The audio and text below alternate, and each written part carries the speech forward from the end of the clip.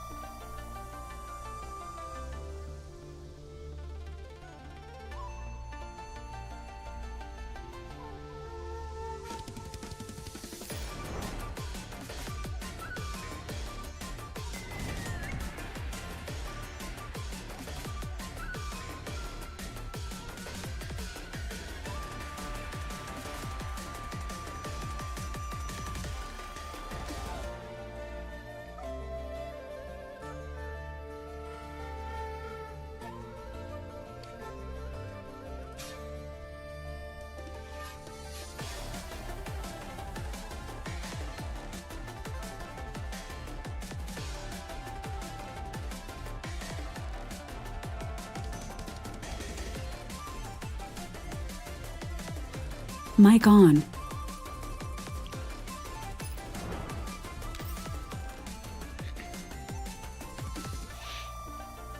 Hello, hello. I know nobody's listening right now, but hello, hello to anyone who is watching later on.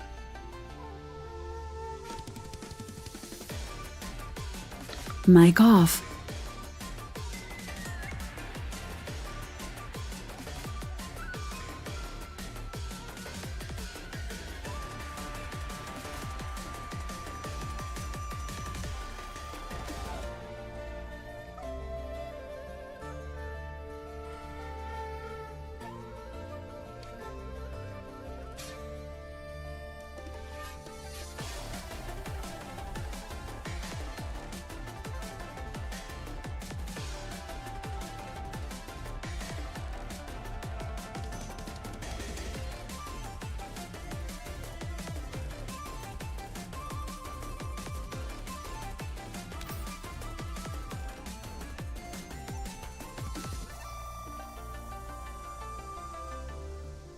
Mic on. Okay, now we begin. We return to the second half of Liu's event.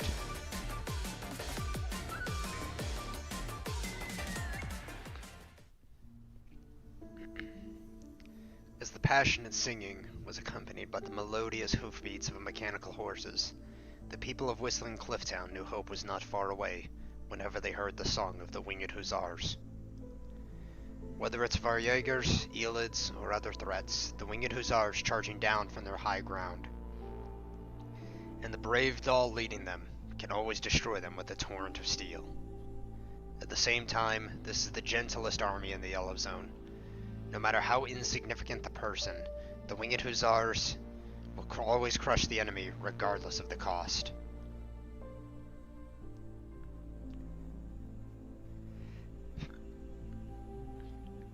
Not long after arriving in Whistling Clifftown, Vera witnessed the scene.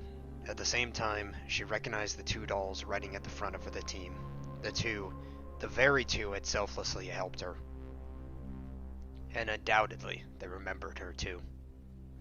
As Vera reached out to them inquiringly, the two dolls immediately noticed her as well. Big Sis Liushih. Big Sis Liushih. Isn't this Vera? Why did you come so far? Are your relatives okay? Seeing Vera shake her head sadly, Liushih also looked on gloomily. She dismounted and carefully hugged Vera. Thank you for your hard work. Vera, if you have nowhere else to go, stay here. But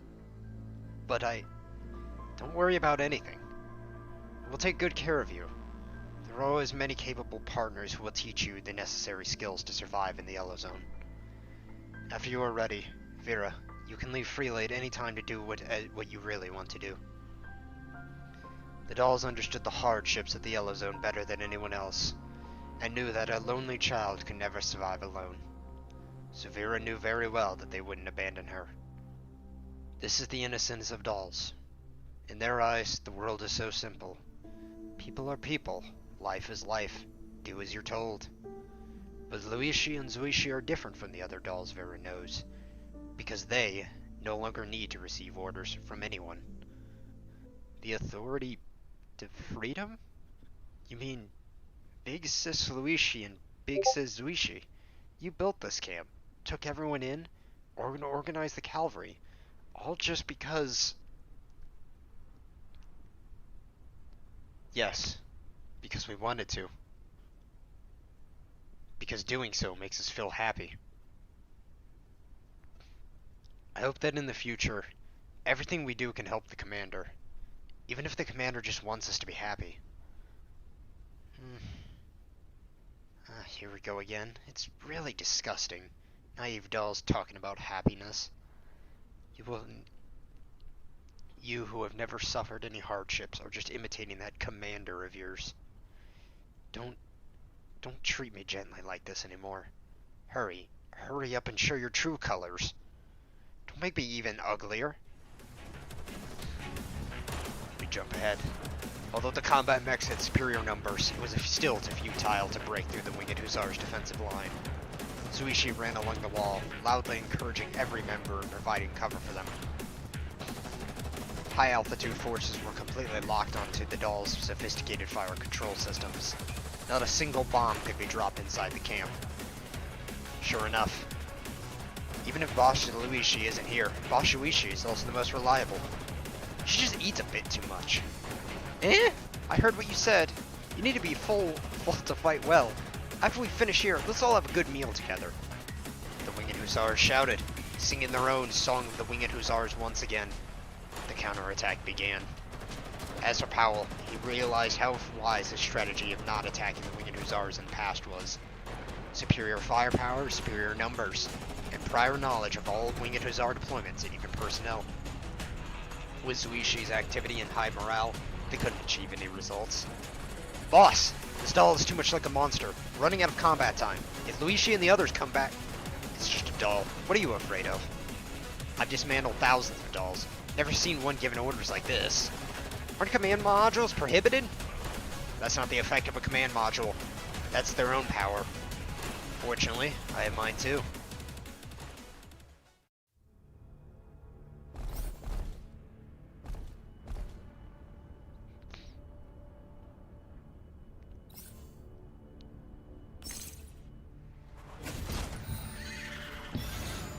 Mic off.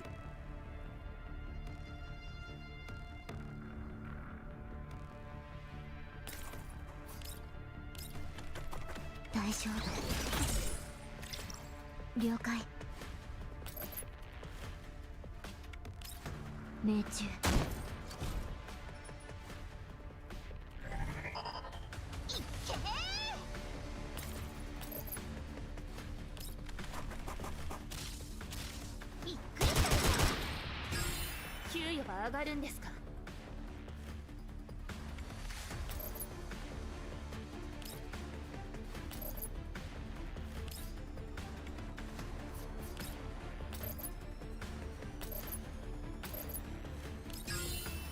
現行犯で逮捕する。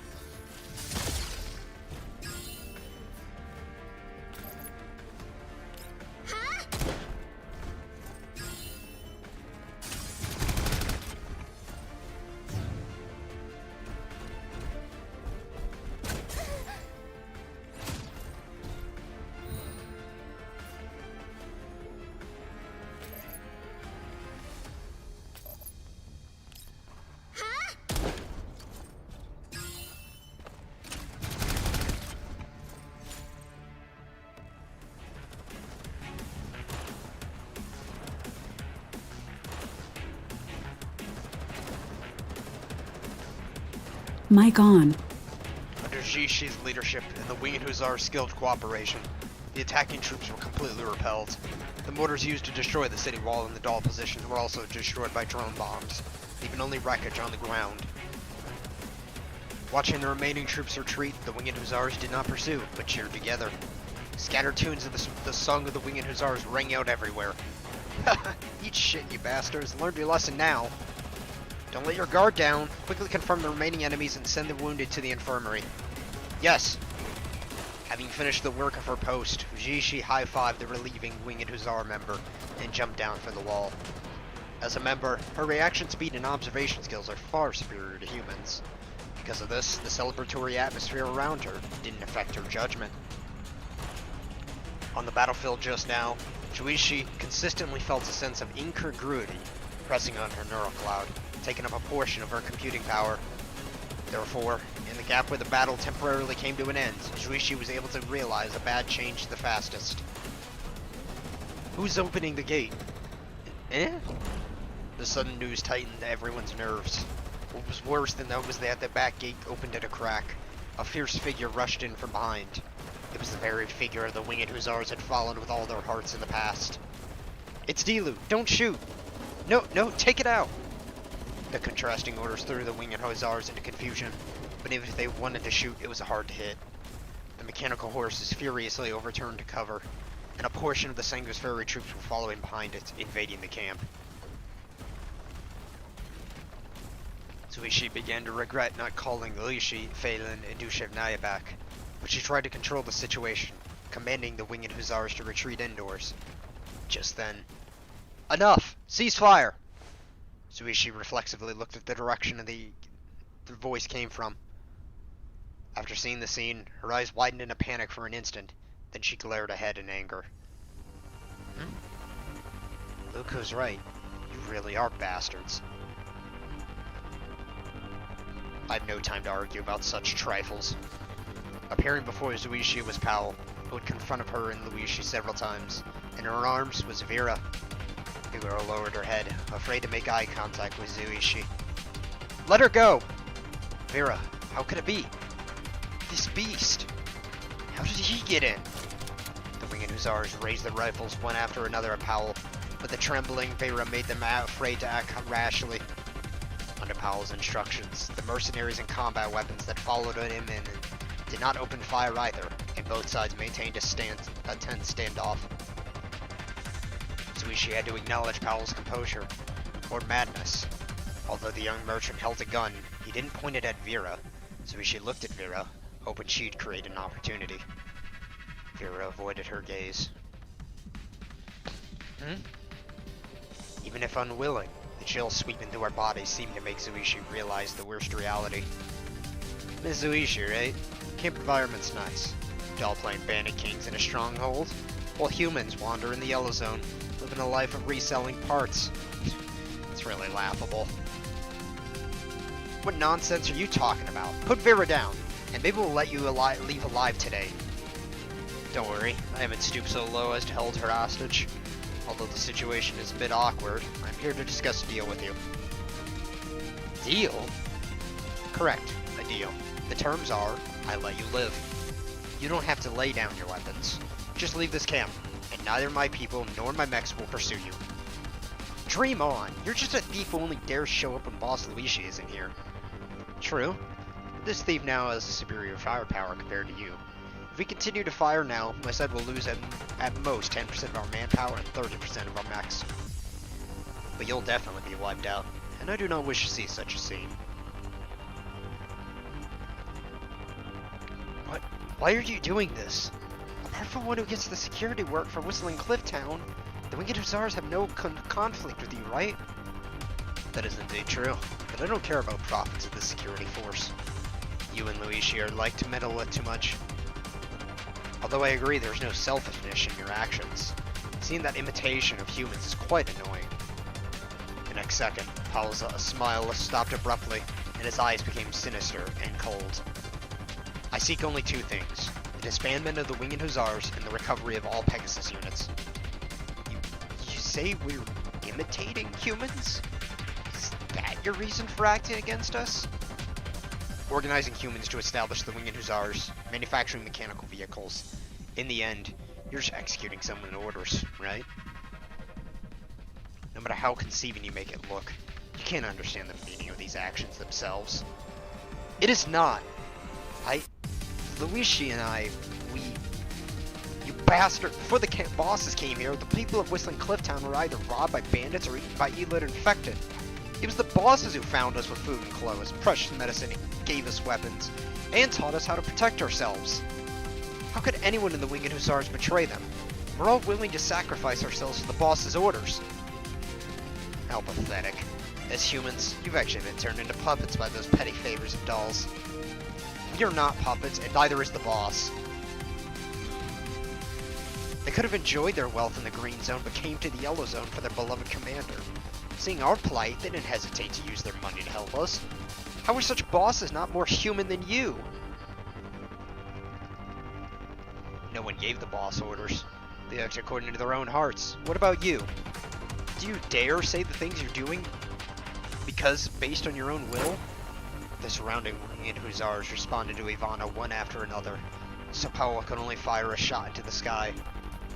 It seems you are quite superstitious about dolls. After all, you are country bumpkins from the Yellow Zone who haven't seen the world and don't understand dolls, right? Indeed, dolls are more efficient than humans, and their judgment is more accurate. But so what? As a leader, there's only one thing you cannot fail to understand, and that is betrayal.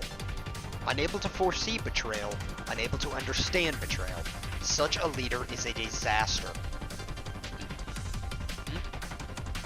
Vera, do you want to say it yourself?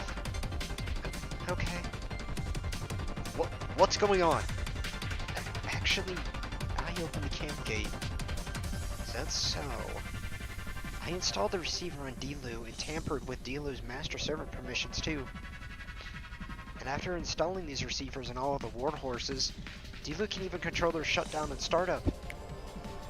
Vera snapped her fingers, causing the Winged Hussars to cry out in alarm. A scene so sorrowful it made them teeter appeared before their eyes. The mechanical war horses, which should have been deactivated and stored in the warehouse, walked into the battlefield with red lights flashing in their eyes just like Dilu. They clustered around Dilu, exerting a self-evident intimidation towards their former partners and companions. No, this isn't true. I think both humans and dolls learned a valuable lesson about betrayal today. Just a little tampering, and the will and heart of a doll is created by humans will collapse instantly, becoming a slave to commands. Just like this horse, as long as they're a higher level command, it will betray you without hesitation. And humans? Ms. Liushih, can you understand human betrayal? You and Liushih recruited Vera yourselves. So can you confirm that you trust her? Just like you dolls, human thinking is built up by countless choices. But no matter how much data you master, you cannot understand the human heart. You cannot become humans, so naturally you cannot lead humans. In fact, I don't even recommend getting close to humans. It's good for both of our sides. You bastard! The visual module aiming at a module warning. Liushih's gaze turned to the corner. There, a young ranger, under the covers of others, was aiming at Powell. However, just as Powell warned, the alert combat mechs had already captured the ranger's movements. Just as he just as he raised his gun, the combat mech turned his muzzle towards him. Don't move! Although he heard Liushih's warning, the young Winged Hussar member wore a determined expression. He adjusted his aim and pulled the trigger. At the same time, the combat mechs behind Powell also strafed towards him. Liushih only managed a few milliseconds in advance, and even with the dull speed, she only managed herself between the two scorching muzzles. Back off! No one else came on the scene could react. After Powell and Luca simultaneously stopped both sides from escalating the conflict, Liushih, who had blocked the line of fire for both sides, already had multiple bullet holes in her frame. Big Sis Liushih! It's okay. I'm really sturdy. Don't move, Vera. Yeah, she is. Don't move, Vera. You're on everyone. You are now everyone's target too. Vera froze and looked up in panic at the Winged Hussars she had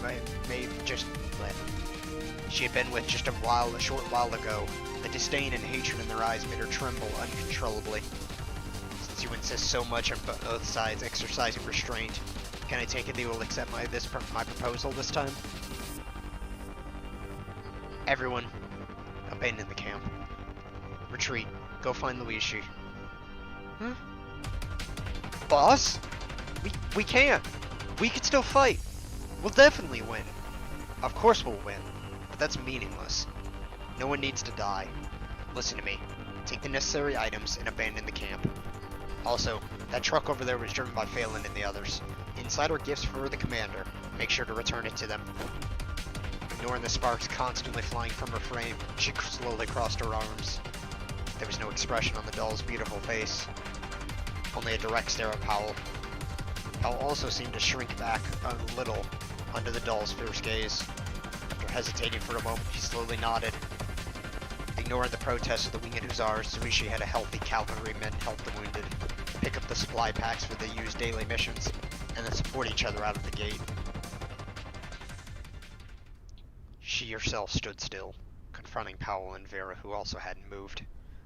Boss Liushih, you need maintenance immediately. It's okay. You and Ivana take Phelan and Dushevnaya's things to them, and tell them the commander will definitely like Whistling Clifftown's special caramel pie. Boss? Are you not listening to me anymore? Can you still call yourselves Winged Hussars like this? Don't worry. I don't intend to give up on myself. After all, I haven't seen the commander yet. We understand. After firmly telling Luca and Ivana to leave, Liushih made her move. She didn't walk towards the gate, but moved slowly towards the inner side of the camp. Under the aim of countless weapons, she remained calm and composed. Vera? I'm here. You once said you had a sick relative. That relative is Brother Pavel. Back then, Brother Pavel suffered from severe lung disease. It was thanks to Big Sis Liushih and Big Sis Liushih buying those medicines for me. What? So the medicine back then was... It was given to me by Big Sis Liushih and Big Sis Liushih. Because I thought, Brother, who hates dolls, would overthink things if he knew, so I didn't tell him. Is that so? I see. So you didn't want to lie back then? Hearing Liushih's words, Vera looked up as if struck by lightning, as if unable to face the shame on her face. She covered her face and shook her head. I see. That's great, Vera. I'm happy for you. Eh? Vera looked at Liushih. The smile on her face was just like when they had first met. A pure and dazzling kindness she dared not directly look at. Yet at the same time, the bullet holes on Liushih's frame seemed to open more cracks. Liushih and I have always been worried about you. Being alone in the world without family must be very painful.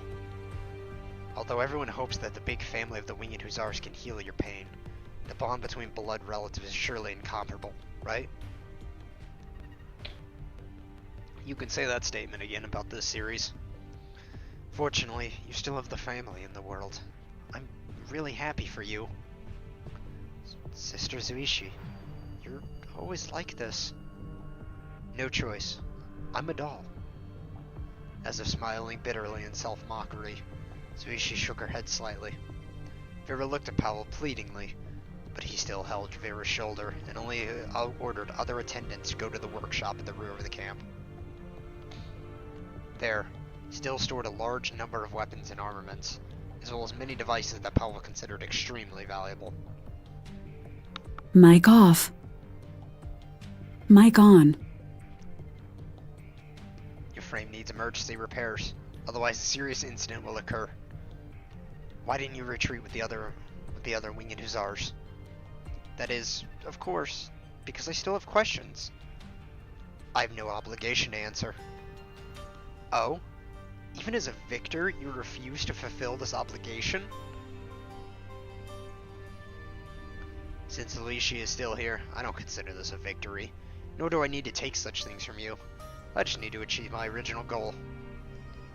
Original goal? I need Pegasus. Dilu, huh? You really are persistent. Because Pegasus was designed by our father, but because it couldn't be found in the UNC archives, Mom and Dad were accused. Eh? If it's something like that, do you think Liushih and I would refuse to help? Now I know that big says Liushih and big says Liushih, you definitely would. But even if you knew my mom and dad were working for Griffin's enemies, would you still help? The war's over. Before Vera's eyes, Zui shook her head gently.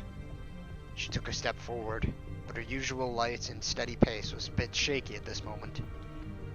Griffin has always been able to seek coexistence with their past enemies, and besides, there's no Griffin anymore. Liushih and I are just two masterless dolls looking for the commander. So, that's not the reason, is it? At least not the whole reason. Although I believe Vera told the truth this time, besides your father, you have other goals you want to achieve, right? Powell. Yes, I want to achieve great feats, build Whistling Cliff Town into a second Mokosh, and even surpass that Mokosh which has been devoured too much by Shek Fabin. And if it weren't for you and Liushih messing with me, if it weren't for your constant interference, this goal would have been achieved long ago. You can't be a bad guy properly. What? You look down on me? Mere doll? We followed the commander and fought against real villains. So Liushih and I at least know how to distinguish who the bad guys are. And if you really are that kind of person, I wouldn't have let everyone in the Winged Hussars retreat. Powell looked at the doll in front of him with shock and suspicion. His eyes had begun to lose focus.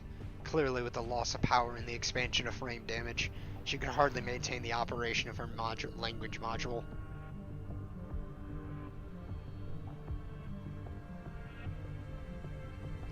But it was that doll that made Powell's feel an instinctive chill, as if he had seen a natural predator in his ancient genes. Even if everyone sacrifices, if Liushih and I cease to exist, I will eliminate you, because I cannot let the commander encounter such an enemy again. It's great when you're not the bad guy, right? But you won't be a hero like that commander either. Be a hero like the commander either. You are, well, you're Vera's brother. Isn't that great? Big sis is easy. Don't say any more. Let me check you. Liushih seemed not to hear Vera's words at all. She just swayed slightly. Then, like a broken doll, she collapsed to her knees as if her legs gave out. Even so, she raised her head to look at Vera and Powell, her usually bright and enthusiastic lips curling into a mocking arc. Having a family, isn't that great? Because you have a sister, so you won't become a bad person. Isn't that great? Precedent says not so much. At least in this series. No matter how hard you try, at most, if this goes on, I'll just become a puppet. Suisi's words seemed to irritate the deepest pain hidden in Pavel's heart. He growled low and drew the pistol and aimed at his waist. But before that, Liushih had already collapsed. The last spark of electricity flashed across her frame, and Zishi's eyes gradually lost their luster, dimming like the setting sun. 記念に写真を撮ってもいいですか?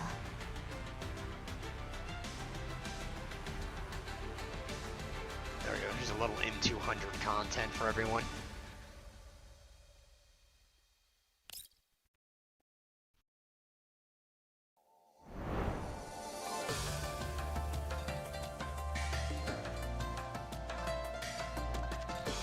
Mic off.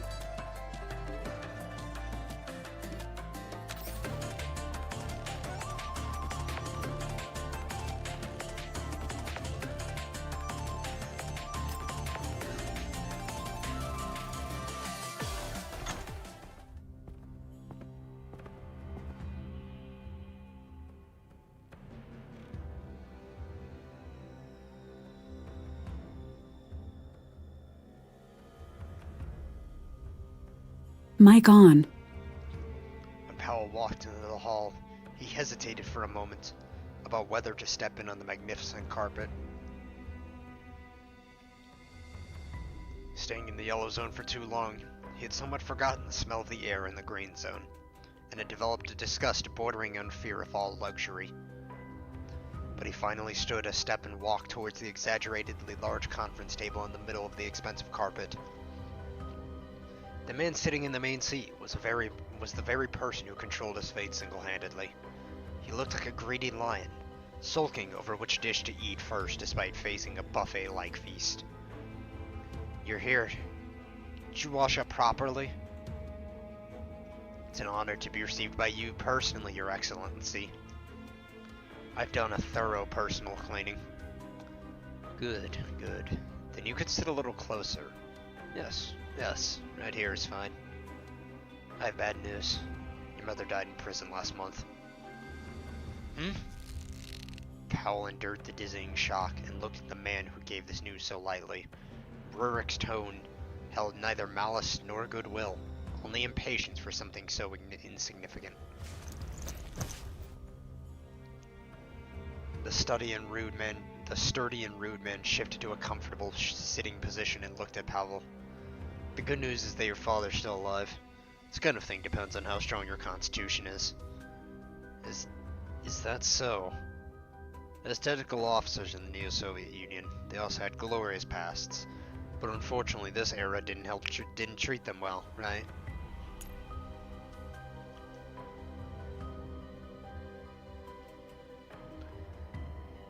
That's not something like me can judge. But my parents were just following orders. They opposed peaceful diplomatic relations because my father felt it was a betrayal of the victims, a scam wrapped in honey. It's all in the past. No need to waste time bringing it up. I have another friend to attend to. I have another meeting to attend. I called you here because I heard you were doing well in the yellow zone lately, and you're pulling strings everywhere to reverse the verdict on your father, right? You flatter me. My father, many of the crimes he was accused of were of groundless injustices. Like regarding his embezzlement of research funds, or funding terrorist activities. In reality, that was just because the Neo-Soviet classified files hadn't been declassified. The factory my father worked at was Svarog Arsenal, right? You know it? Here's the situation now. You don't need to bribe URNC officials anymore. It's useless. Because you can never prove that your father...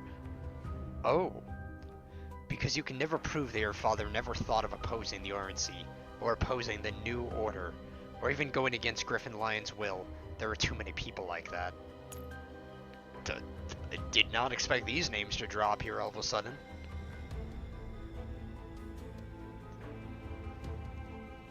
So, Smolin's families worked at the Svarog Arsenal, but it was also manufactured in Sigmarsfjord. But if you prove the Svarog Arsenal actually exists, and that the project he was in charge of wasn't fictitious, then it might be possible to use Gerard's power to get him out of prison early. I understand. Thank you so much. How can I repay you? All of it, of course. We'll take over that factory, along with all equipment and research data inside. Also, I know you're in business of reselling weapons. I'll give you a list of who you can sell to and who you can't, and who you must sell to. It won't be chaotic for you anymore.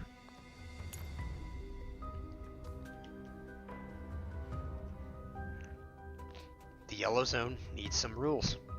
I understand. I'll do my best. Hearing Rorik's exorbitant demand, Powell lowered his head. He certainly couldn't contend with such a massive force. No matter how vulgar Rorik was, he could crush Powell and the innocent Vera with just a twitch of his finger. Piece of advice. Start checking from the research field your father did. Unless he was really good for nothing embezzler. Gerard will give you some startup capital at ready-made equipment confiscated by the RNC. However, don't treat this as an investment. Treat it as your father's remaining life. If you don't succeed within a certain time, you really will become an orphan this time. I won't disappoint you, Excellency. Good. You may go. Let me explain the plan.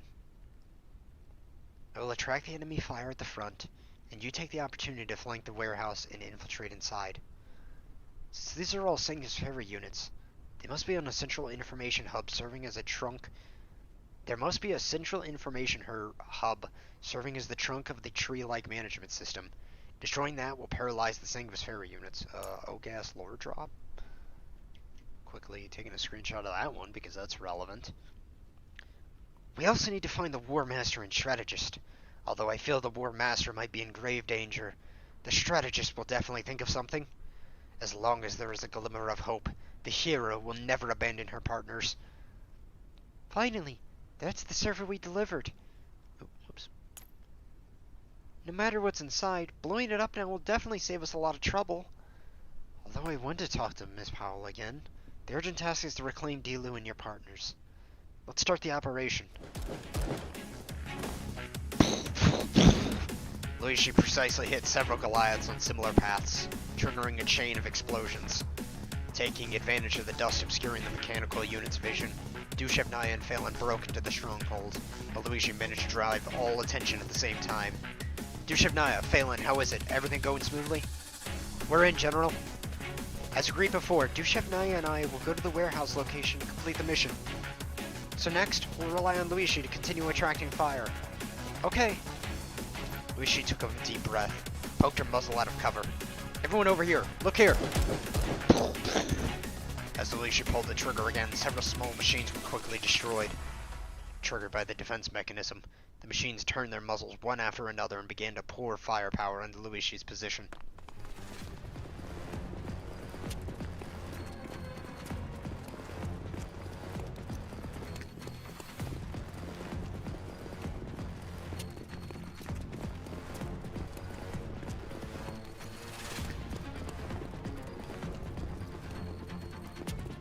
Inside the stronghold at this moment, Liushih, Naya, and Phelan were moving quickly towards the warehouse coordinates. To conceal their tracks, the two chose a narrow passage formed by containers. Seem to hear a strange sound. Phelan stopped sharply. Liushih, Naya, watch your head! Almost at the same time Phelan made a sound, Liushih, Naya's bullet had already shot out. Before the machine hidden on top of the container could sound the alarm, its core was pierced by a bullet. That was close. As expected of the agile Fox Princess, to actually detect malice from the sky.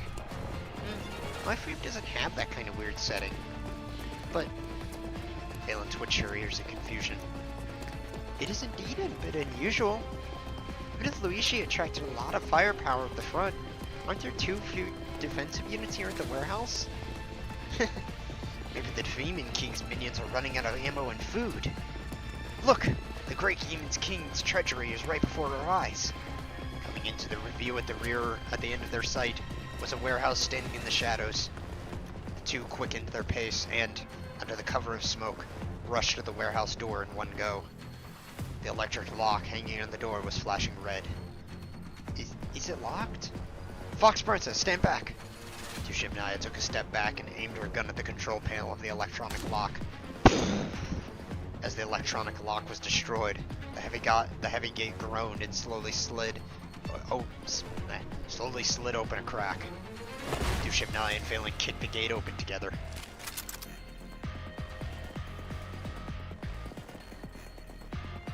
Freeze!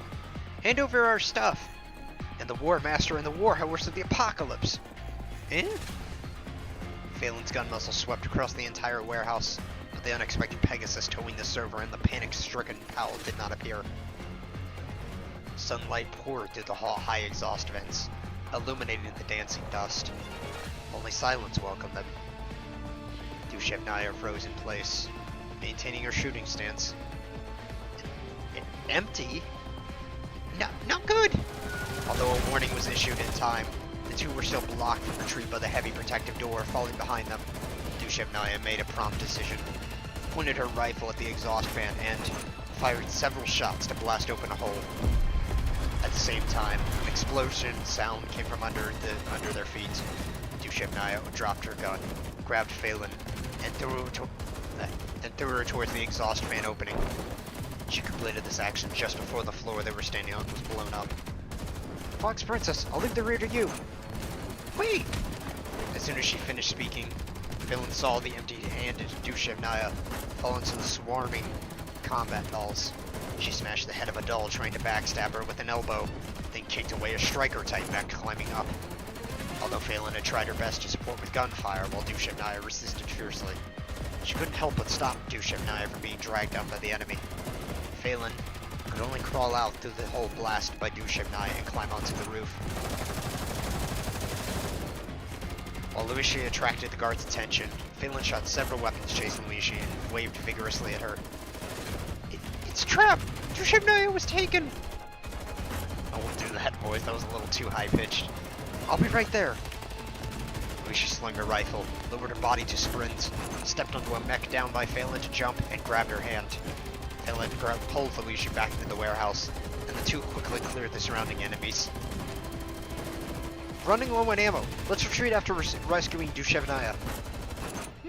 At least we won't let Liushih get lost here. I'll go in first. You cover me. As she struggled to resist, sparks flew from multiple parts of Liushih's frame, and overload warnings appeared for her from joint components. Performance and combat experience were the keys to her endurance so far, but the numerical disadvantage could not be compensated by these combat skills. The short-haired doll gritted her teeth, desperately looking for a chance to flee, to break free.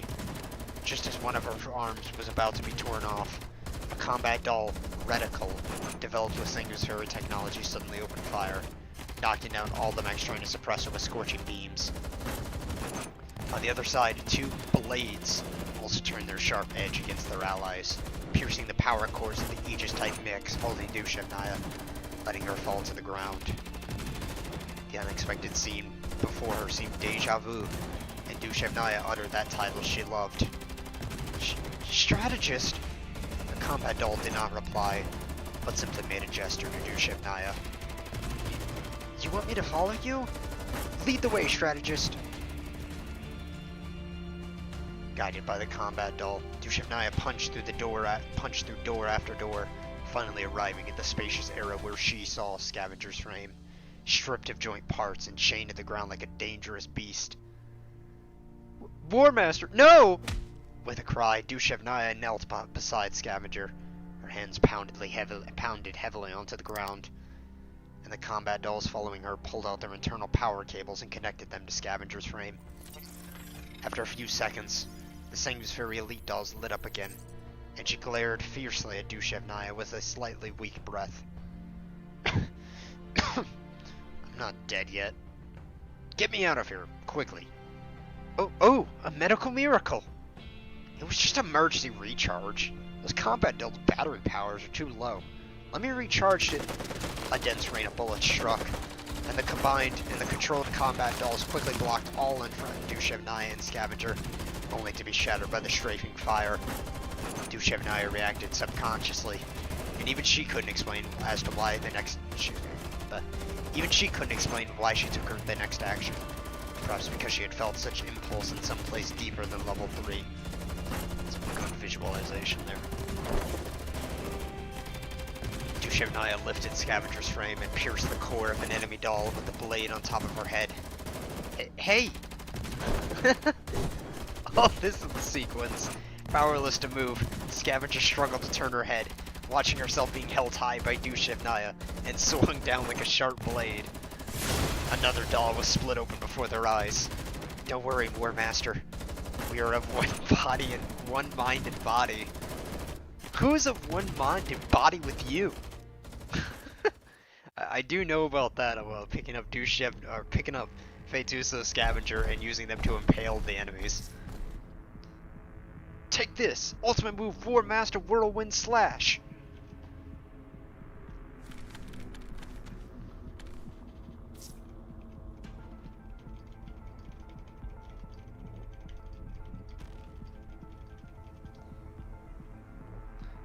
Hey, Liushih, stop spinning! What are you using me as a boomerang?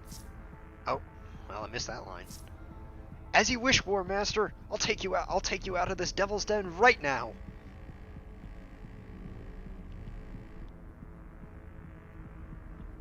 Alright, I'm just gonna mute myself while I play this. Mic off.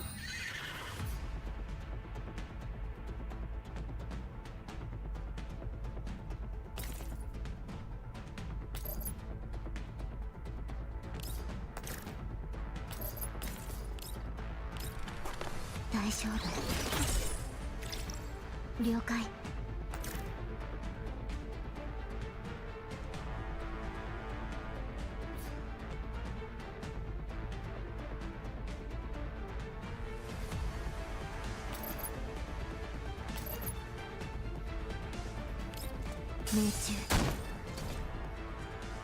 これでいいですか?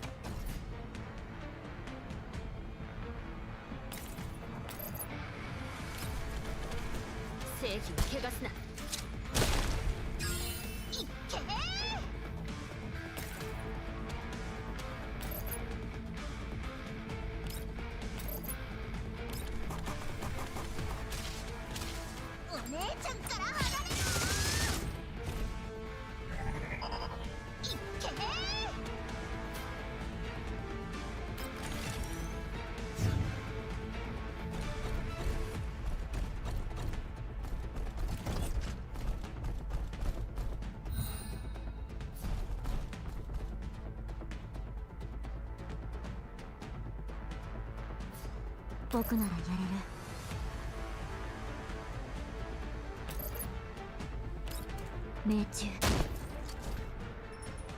こ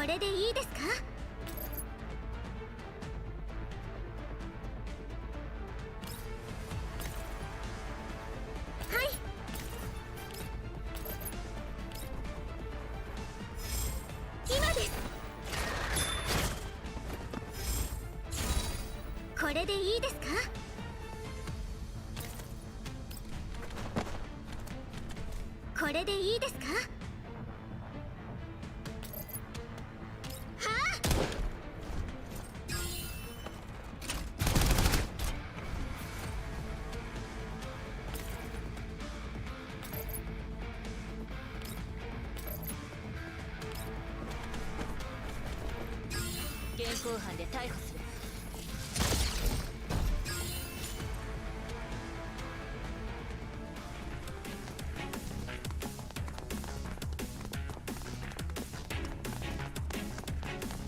Mic on. Although Griffin is a distant past, the cooperation between Liushih and Phelan displayed excellent tactic understanding.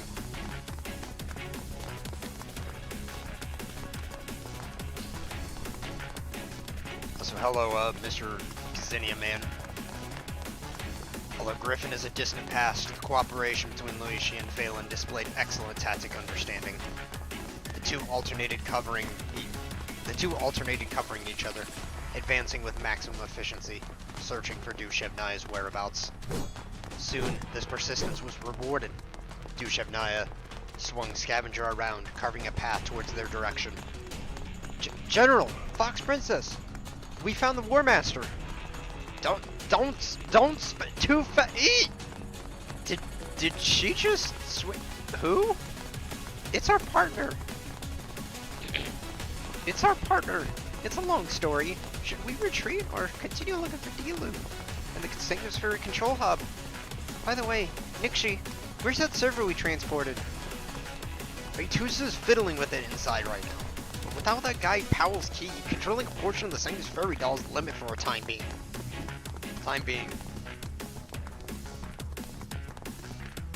There's nothing we can do. Let's retreat. I have a very bad feeling right now. Like being led into a trap by Mr. Powell. War Master! Is the strategist still inside you? Don't worry about that guy. By the way, put me down first. After a hard fight, the three of them plus one sword finally managed to break free and retreated to the safe zone where the truck was parked.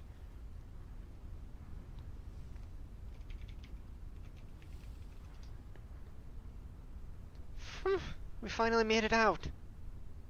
With so many consecutive battles, even the hero's starting to struggle a bit. It's hard to imagine what kind of people the General and Khan deal with usually. Is this place a demon's lair? Although we had conflicts to Ms. Powell before, I never knew he had so many Singular Fairy combat units. I don't know if he received external support or for some other reason. Butcher that sentence. While the dolls were talking, Scavenger, having recovered some power using the backup power supply Liushih carried, slowly sat up.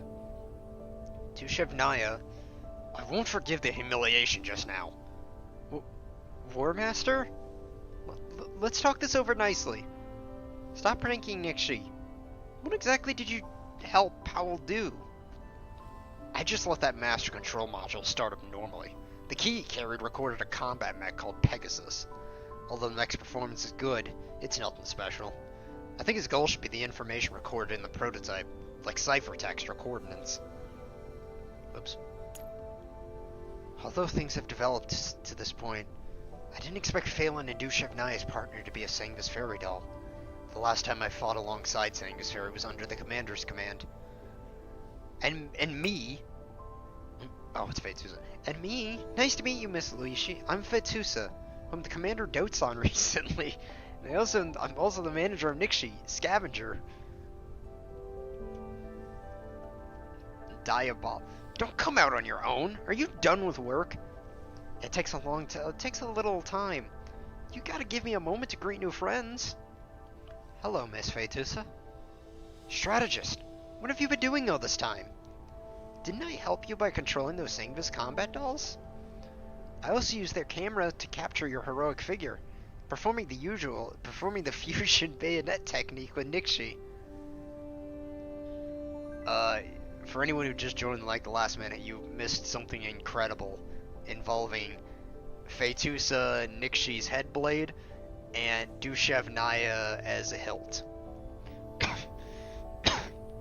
Anyway, we must finish reorganizing as soon as possible. I saw from Mr. Powell's battle plan, the direction he's mobilizing the army towards is Miss Liushih's camp. Just as Fetusa was finished speaking, Liushih looked at the communicator that had been inoperable due to the signal jamming at Powell's stronghold. It's a message from Liushih. The Winged Hussar's stronghold was attacked? This is bad. We have to rush back immediately. 記念に写真を撮ってもいいですか?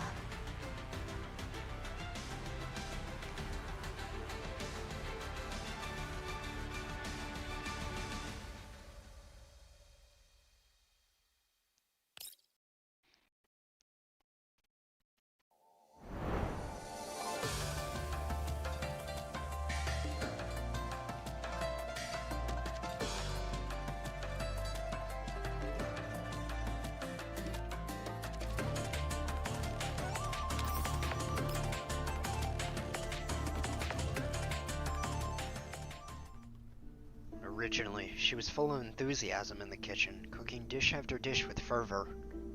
But suddenly, Liushih felt her motivation drain away.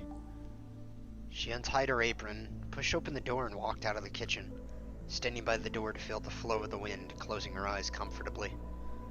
The sound of the wind seemed to be mixed with some sounds of the past. FNC and Spaz 12 came to challenge her at the status in the cafeteria again. Someone shouted, "AK-15 is the real god of cookery," and everyone started laughing. So she laughed too. Liushih? What's wrong? Are you tired? That's not it. By the way, have you decided? To continue looking for the commander, or stay here and ensure everyone lives with minimum security? If we choose the latter, it'll take at least 2 years to build. We won't be able to distract ourselves with the mission of finding the commander. Is it really okay to let me decide? It's your money, of course you decide. Or do you want me to give, or do you want to give it to me? I want to see the commander. I really want to see the commander.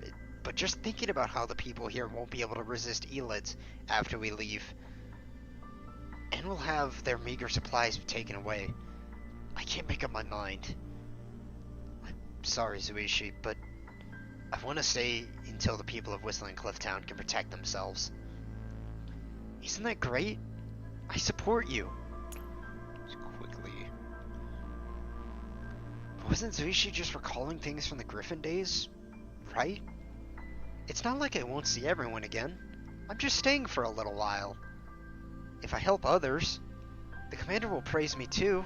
I think it's great. Can I really do it well? I'm not capable enough, unlike Springfield and 416, who can help the commander so much. Then start learning today. Install all the management and operation modules you can buy. But we're just dolls after all. Everyone might think it's okay now, but after a long time, will they really still be willing to accept our leadership? Also, yeah, there you go, there's Type 56-1. There's a lot going on here. They call her a big eater in the story, and we can tell. If they don't accept it, we'll go find the commander. Liushih, you really are amazing. It seems nothing can stump you. No, I just feel, as long as everyone can still eat at the same time, at the same table, there are no conflicts that can't be resolved. The dinner table is a warm place, and the more people there are, the warmer it gets. As long as there's enough food. Let's work hard starting from today, Liushih. First, we need a big dining table, and we'll fill it with everyone's favorite food. If there's anything unwilling or unbearable, bring it to the dinner table. Let's solve it happily together. Aww. All I really want to eat with the commander. I'll make lots and lots of delicious food and stuff for the commander's belly, to stuff the commander's belly full. Powell hadn't recovered from his excessive tension, looking at the doll before him with some horror. To him in the past, he always thought dolls were high-performance machines. No matter how much they acted like humans, they were just intimidations. But the doll just now, in the brief seconds before shutting down, brought him a sense of oppression that even Rurik Gerard had never given him, as if she were a superior species. Now the tactical doll lay motionless on the ground, organization fluid seeping into the earth like blood. What kind of joke is this? Powell's body began to tremble uncontrollably. Adrenaline fueled by fear and anger fanned his excitement as he raised his gun and walked towards Liushih. Brother, that's enough. Move, Vera. Didn't you see? She's already shut down. If you continue to hurt her, even as your brother, I won't forgive you. Even if you're my brother, I won't forgive you. You've developed feelings for a doll? You haven't forgotten, have you? Among the culprits who stopped Mom and Dad from realizing their ideals were Griffin's doll troops. Oh. Those two dolls were very likely among them. But there are also dolls who saved your life. You still want to be friends with them after all this? Even dolls aren't that blindingly good-natured. Vera, betrayal has a price and you can't escape it. Seeing as your contribution to the success was significant, I'll go along with you this time. However, I hope you remember what I've been working for until now. I understand. go get some rest. There's still a lot to do later. Oh, I just noticed. Am I crazy, or is there like a similar bluish gray streak in his hair as there is in like the blue hair of Vera? Because what's said in the event, I'm not sure if that's just hair dye, given what's happened. Anyways, I have found these coordinates of the Svarog arsenal for Pegasus Type 1. It's not far from here. As long as we find this factory and contact the conglomerate, Dad will be free. But, brother, that nasty man from Gerard, isn't Lord Rurik already dead? Does the conglomerate still need us? Of course the conglomerate doesn't need us. Nor does it need any old factory. Unless it really preserves some outstanding secrets or blueprints. Or equipment. Quickly grabbing a screenshot of those last few lines.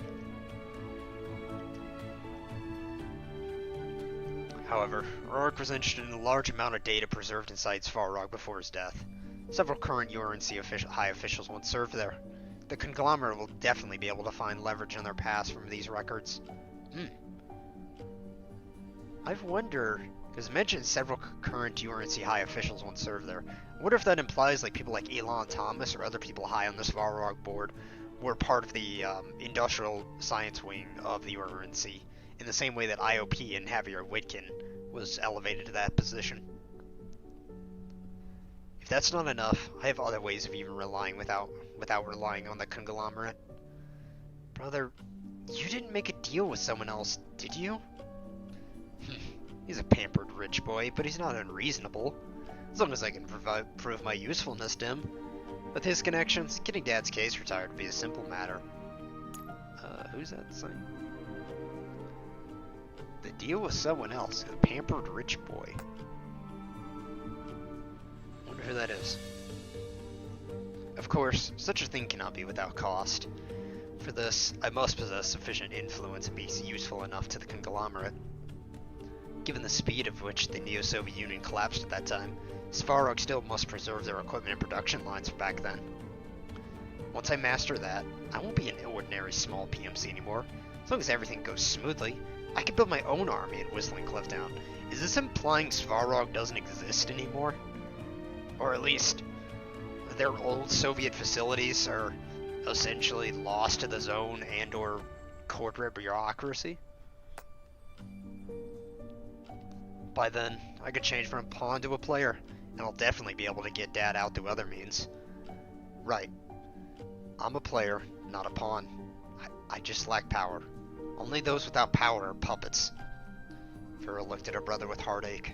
Pavel's eyes were more like trying to convince himself than her. Understood? I made thorough arrangements. Just listen to me, and we can retrieve our past home. Brother, I'll listen. I'll listen to everything you say. Scavenger, Dushevnaya, Phelan, and Liushih commandeered an off-road vehicle. Dushevnaya, with Scavenger riding on her neck threatening her, drove towards the Winged Hussars camp. Compared to the mechanical warhorses like Dilu, no vehicle could handle those terrible road conditions. Soon, the four dolls abandoned their car and began to travel on foot. The prolonged journey made Liushih increasingly anxious. She kept trying to contact Liushih until she received the target offline message. Liushih, who had been walking in the front, lost her footing and stumbled onto her knees. Phelan and Dushevnaya quickly ran up to help her. Liushih's signal has disappeared. Damn it! Did you make a backup? I did, but because it's so busy lately, and Liushih's handled a lot of things for me, I haven't been backed up in a long time. So if her neural core really is destroyed, she'll lose a very, very long memory. If only I'd stayed at the camp. Stop, Liushih! Basti taught me that that once something happens, if you start saying if, there'll be no end of it. That was a good line, thank you, Homite. Let's talk about it, everything's over. Phelan. Liushih looked at the doll smaller than herself and nodded. Phelan noticed the doll's trembling and gently held Liushih's hand. For those who may have not watched yesterday or just don't know any context, G41 Phelan's really come into her own as a character, and she both says the most uncouth and intelligent things back to back. It's lovely. Liushih turned around and embraced Liushih like a mother. Aww. Although the metal arms triggered Liushih's pain module slightly, she accepted the comfort. Thank you, everyone. Liushih, what a touching scene. Let's go over there too. Shut up. It's all because you didn't do your job properly. Don't dump all the work you have on me. I'm just going to send the video of you turning into a weaponized doll to the commander. You wouldn't dare.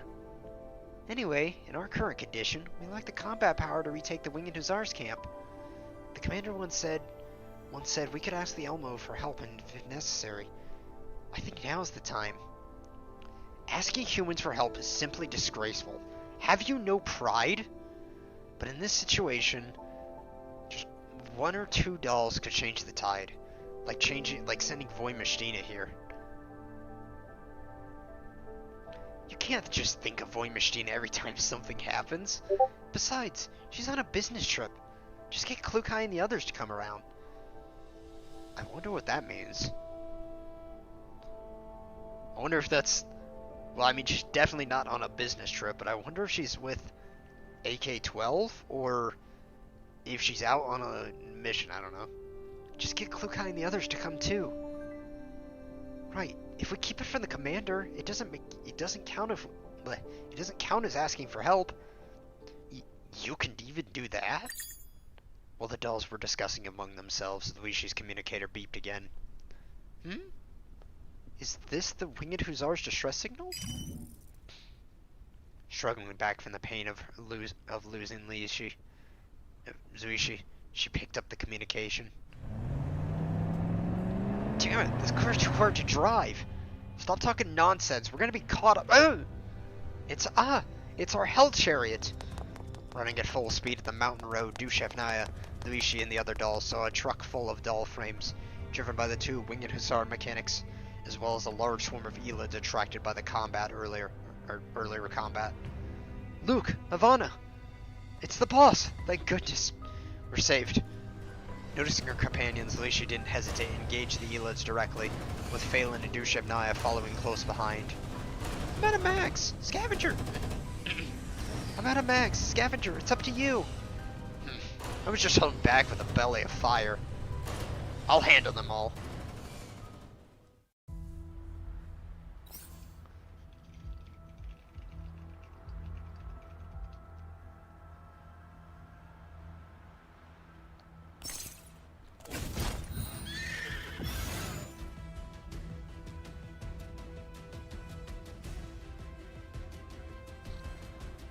I also know there's only like 3 or 4 people watching, but if any of you want to chime in or ask a question or have a discussion, I'm okay with that. Like, I'm not exclusively narrating this whole thing, but well, that is what I'm doing, but if anyone wants to chime in or ask something, go ahead. Actually, stay back here. 大丈夫。了解。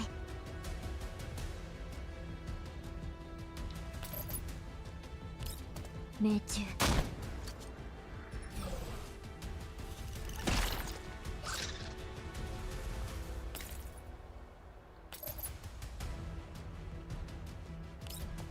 正義を汚すな。これでいいですか？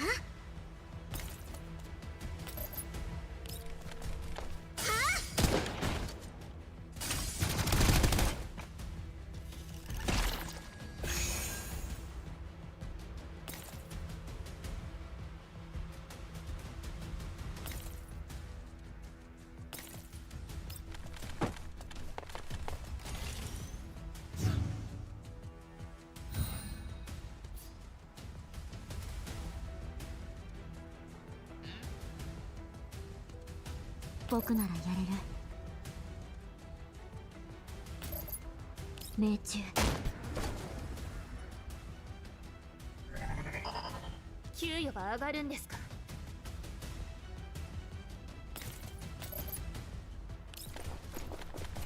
正義を汚すな。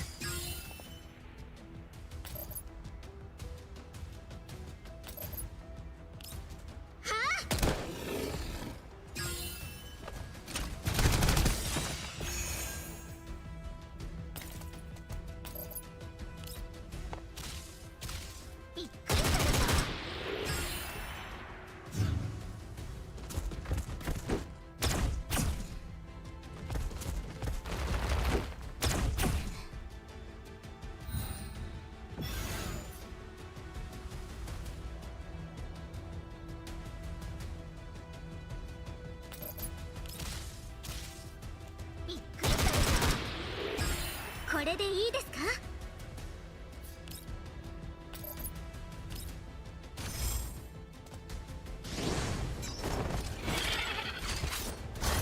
ここは引きません。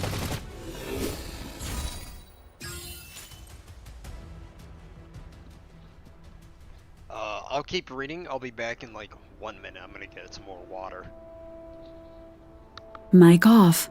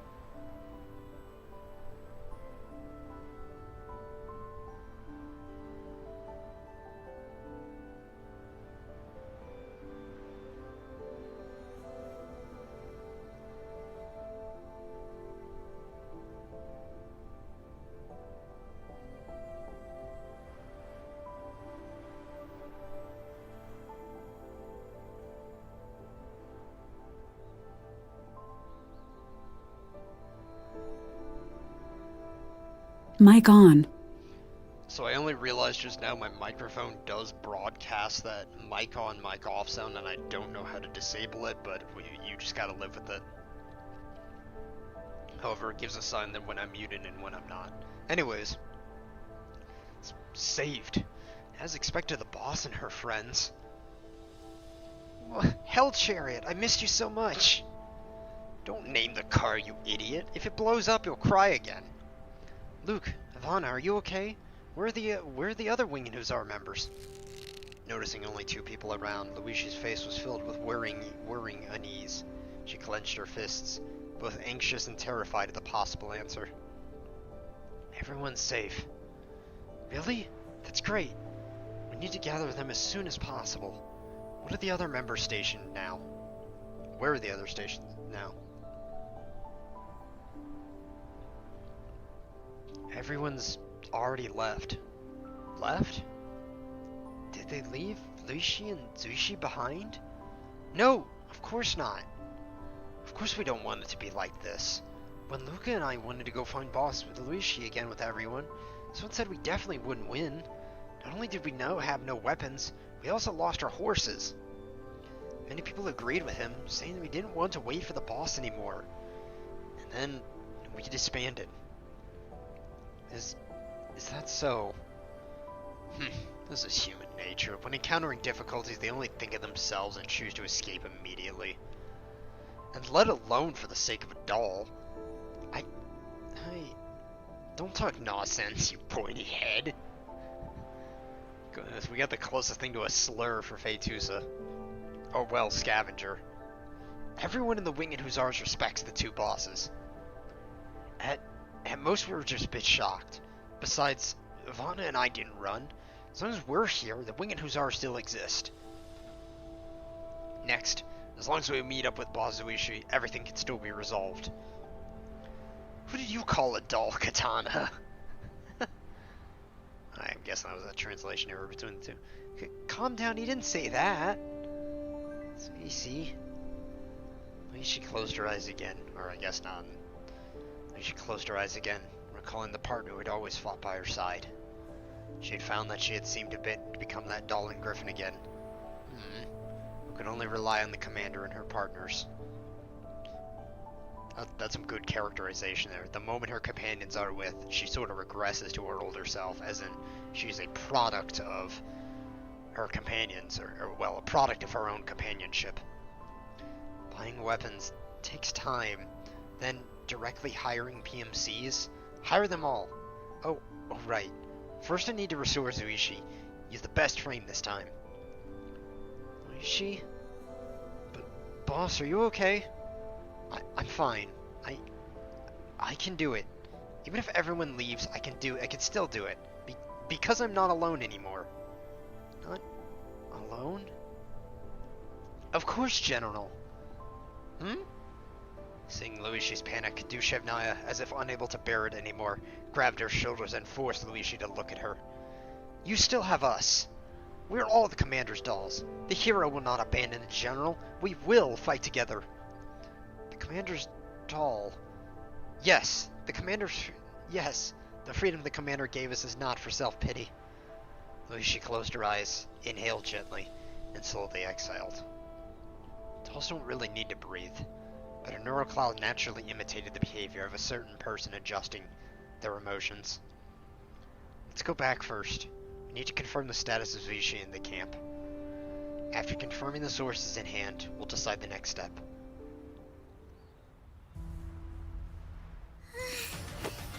Mic off. お祝いしましょうか。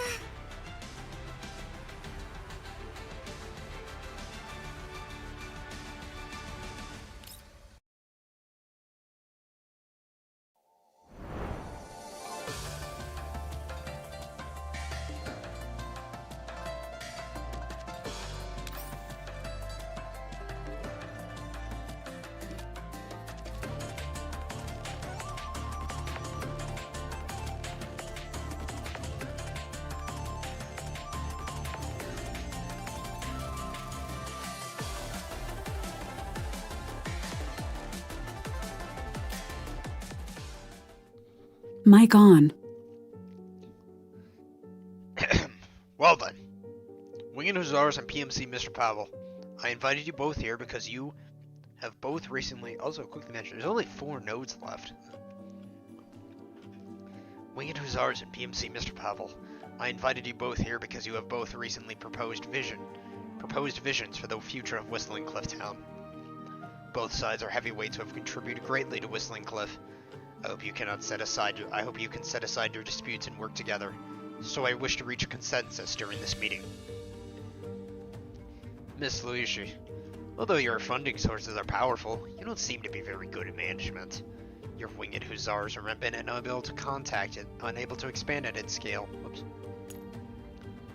And with the development of Whistling Cliff Town, you will find yourself stretched thinner and thinner. My organization, however, can grow alongside Whistling Cliff Town, to our mutual benefit. You mean you want the residents of Whistling Cliff Town to join your PMC as well? I wish to assign a comprehensive cooperation agreement with Whistling Cliff Town to obtain land rights use here, as well as administration rights over its military and economy. Excuse me. I see. Mr. Powell, you are indeed young and promising. What do you think of these 2 appointments will bring to Whistling Cliff Town? Choice. In the Yellow Zone, choice is a rarity. Those Mokoshans work as cogs on the assembly line, and the Valesians make a living by breaking the ice to fish out the corpses from underwater. We have not met them yet, as far as I know. Those Valesians make a living by breaking the ice to fish out corpses from underwater. To this day, Whistling Cliff industrial structure cannot escape the ancient industries of mining and scrap recycling. With my connections, I can introduce massive conglomerate support here, open production lines suitable for Whistling Cliff Town, and the conglomerate's already prepared to inject capital here. At that time, I plan to invest in building an arsenal, officer academy, and training base. My repayment to Whistling Cliff Town is that everyone can still find a job and fill their stomachs. How about it, Mayor? These conditions are indeed good. Whistling Cliff Town really needs... Not needed, Mr. Powell. What? What? I will inject funds into Whistling Cliff Town. Open schools, hospitals, repair roads, and ensure road safety. Indeed, Whistling Cliff Town is indeed good mining conditions. In the past, there were smelting facilities repaired by the Neo-Soviet Union here, but they were destroyed by elites and bandits and became unusable. I will rebuild these, purchase trade licenses from the other regions.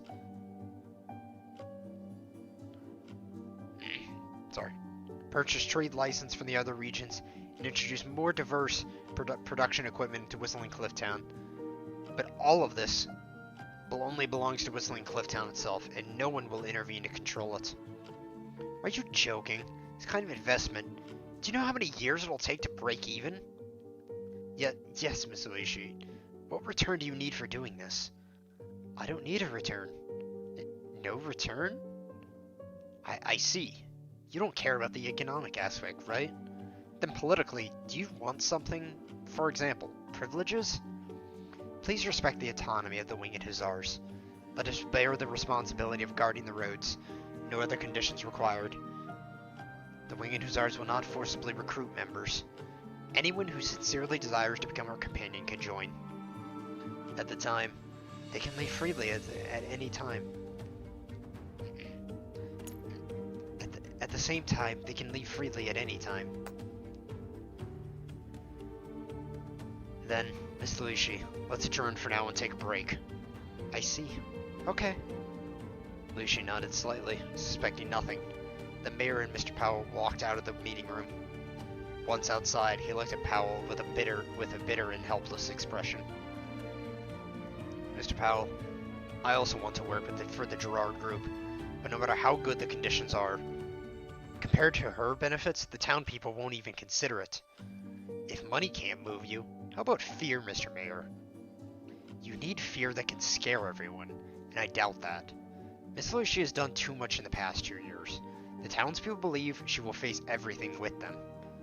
She can name every wet resident of Whistling Clifftown, and every resident has received favors from her. Although most of it is because of her wealth, she doesn't just throw money around.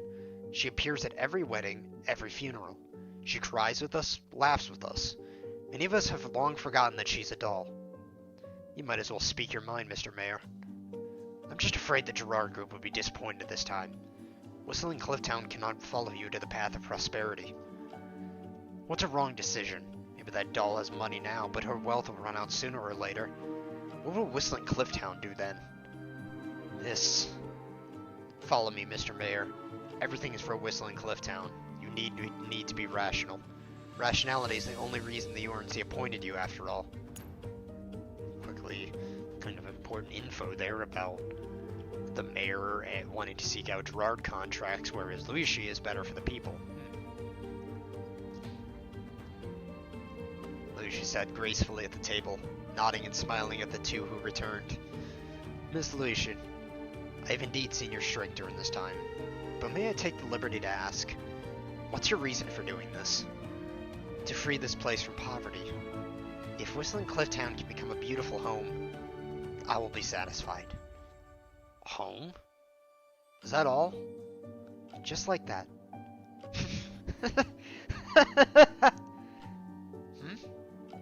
I don't know where you lucky doll came from or how much money you carry, but you're a joke. Why do you say that, Mr. Powell? You think people are like dogs, right?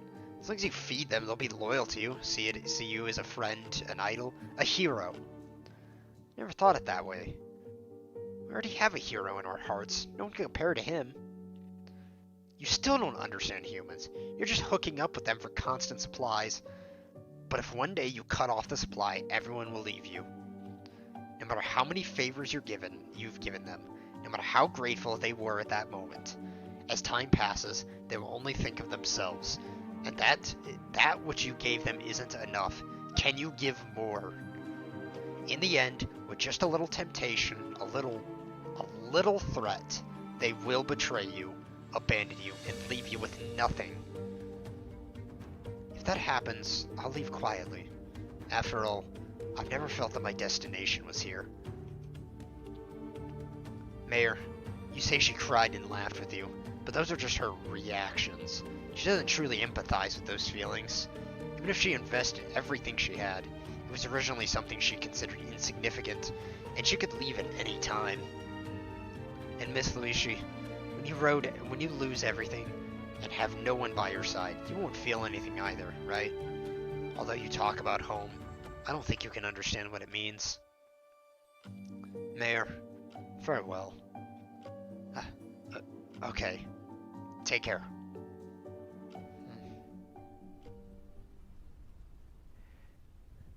Boarding the truck, the group drove to the Winged Hussars camp. To their surprise, Powell didn't stay here. He dismantled almost all the Winged Hussars turrets and radars. and took all the weapons from the armory, leaving behind a wide-open, empty fortress. Seemingly certain that no one could stay, or not caring that the winged hussars could still pursue after losing their mechanical war horses, Powell just swaggered off with his large group of subordinates. Damn it! They even dismantled the workshop equipment. Those locusts. This is the painstaking effort of the boss and us for several years. Where's Liushih? In the command room. But Boss Liushih said us not to come in, because of Boss Liushih's matter.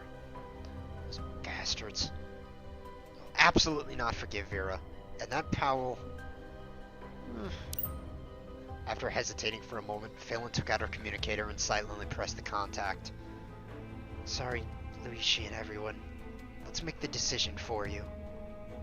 Even if I lose face in front of Master, I can't let Liushih be sad anymore. Meow. I won't do that again. Meow. Phelan? Yes, Commander? Basti, there's something I must tell the Commander, no matter what. It is about the dispute between General Liu Rifles Cavalry and the Sleazy PMC. Yes. It's Liushih and the Sleazy PMC. Huh? You already know? Liushih and I and Fei-Tusa have been in a meeting with Darling for an hour and a half, demanding that Task Force Defiant Squad 404 be sent to bomb Whistling Clifftown or something. Why are you only here now?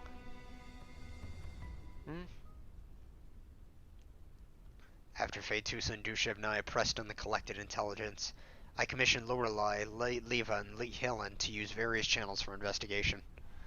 Thanks to the supporting data obtained by Fei-Tusa and Scavenger, a breakthrough was finally made with Leva. Project Pegasus was indeed one of the plans abolished by the Neo-Soviet military after merging into the URNC. The project produced a total of 11 prototype groups, each consisting of one lead horse, as the hub paired with 32 dummy units. Oh, that's a lot. 10 of these groups were expended or destroyed, and ultimately only one of groups' whereabouts remained unknown. So they were the ones on that unknown transport, possibly from the Svarog Arsenal convoy that they recovered, that Liushih's group or camp recovered. The project was conducted at the Svarog Arsenal in the Yellow Zone. This arsenal was not registered on the Neo-Soviet roster, and there were no specific records of its research and munitions it produced, including various mechs, chariots, and other helicopters such as the Pegasus series. Is this implying that this was part of like a black project for Svarog because it was not registered on official Neo-Soviet rosters? The technical director at Svarog was Dr. Nikolai Smolin. He promoted many development plans incorporating sanguispheric technology and completed the development of the Pegasus series and others with his wife. However, the Neo-Soviet Union eventually merged with the URNC. All information about Svarog was erased, and even its location coordinates became unknown. Is this implying that Svarog Arsenal is different from Svarog Heavy Industries, or is Svarog Arsenal black wing of Heavy Industries? I don't know. Dr. Smolin and his wife were also arrested as political prisoners. The superficial reasoning is that this doctor conspired against the merger and embezzled and misappropriated huge assets. But these are all trumped up charges. There were only testimonies and not much evidence. Mr. Smolin was actually a scapegoat for big shots who stood on the wrong side, used to erase the history of those big shots' involvement with the arsenal. His 2 children went missing after their parents were arrested. And the family property was confiscated. After Dr. Smolin began serving his sentence, he received numerous reports from past students and colleagues, and his sentence was extended multiple times. Those 2 children, could it be Mr. Powell? With Vera? The answer is already obvious, isn't it? Powell Smolin, this PMC and black market merchant, who has recently risen in the Yellow Zone, once received funding from the Gerard Group and obtained a lot of arms.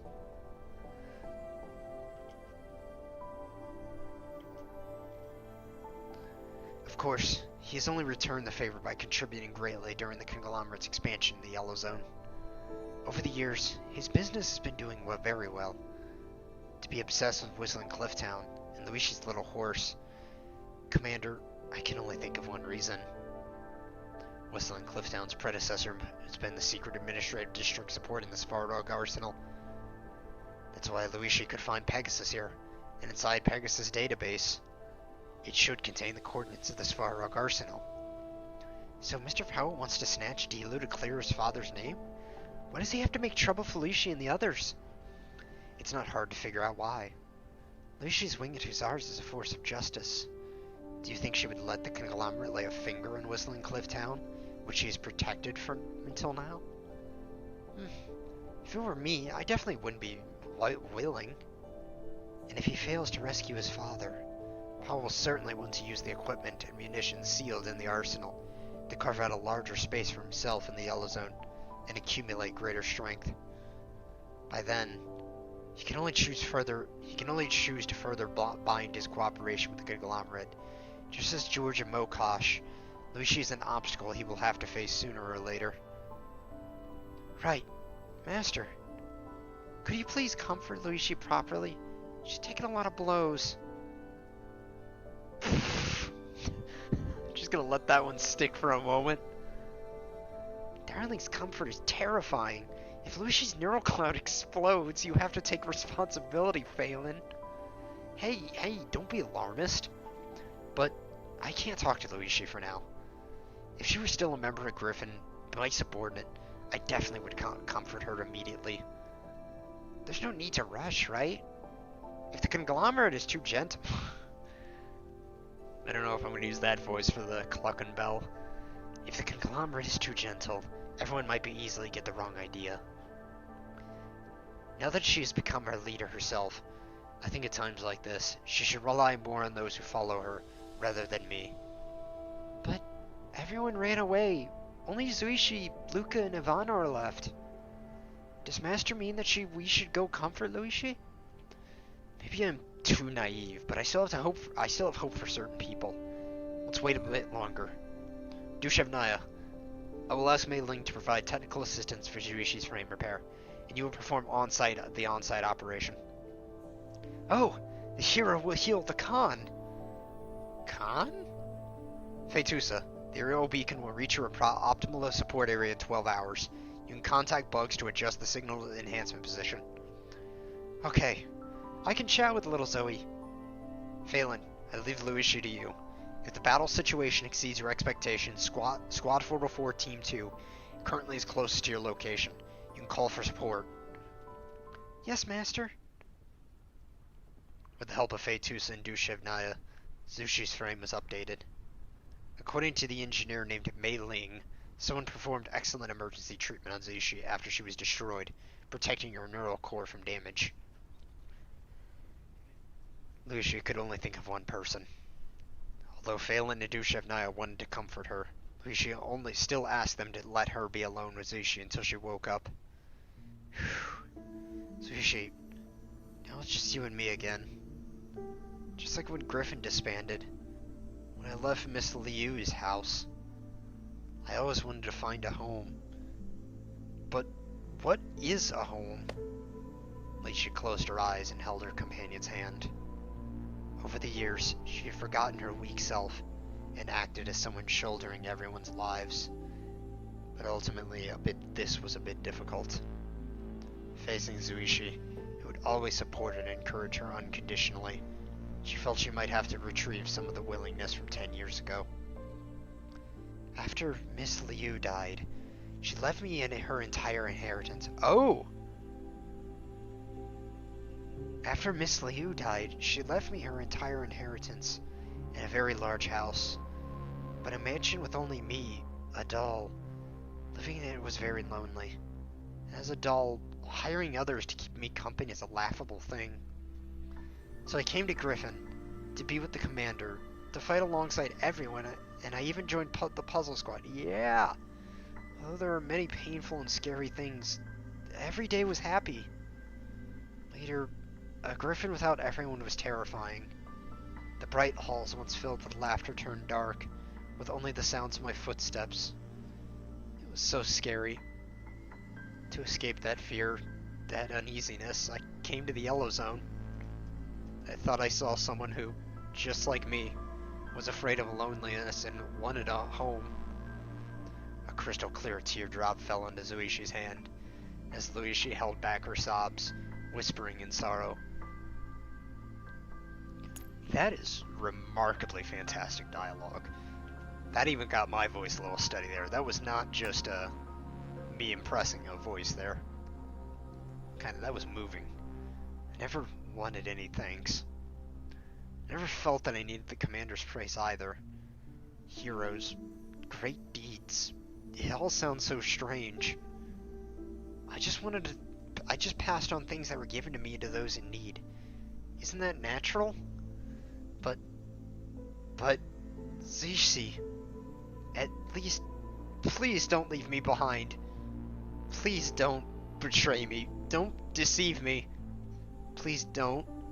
Leave me alone in the darkness. You really are a crybaby, Liushih. Liushih! I know I'm butchering the pronunciation of their names. I know it's not some Luigi and Waluigi thing, but I'm trying to accentuate that second character the best I can. The sudden voice startled Liushih. She looked up to see a helpless-looking Liushih.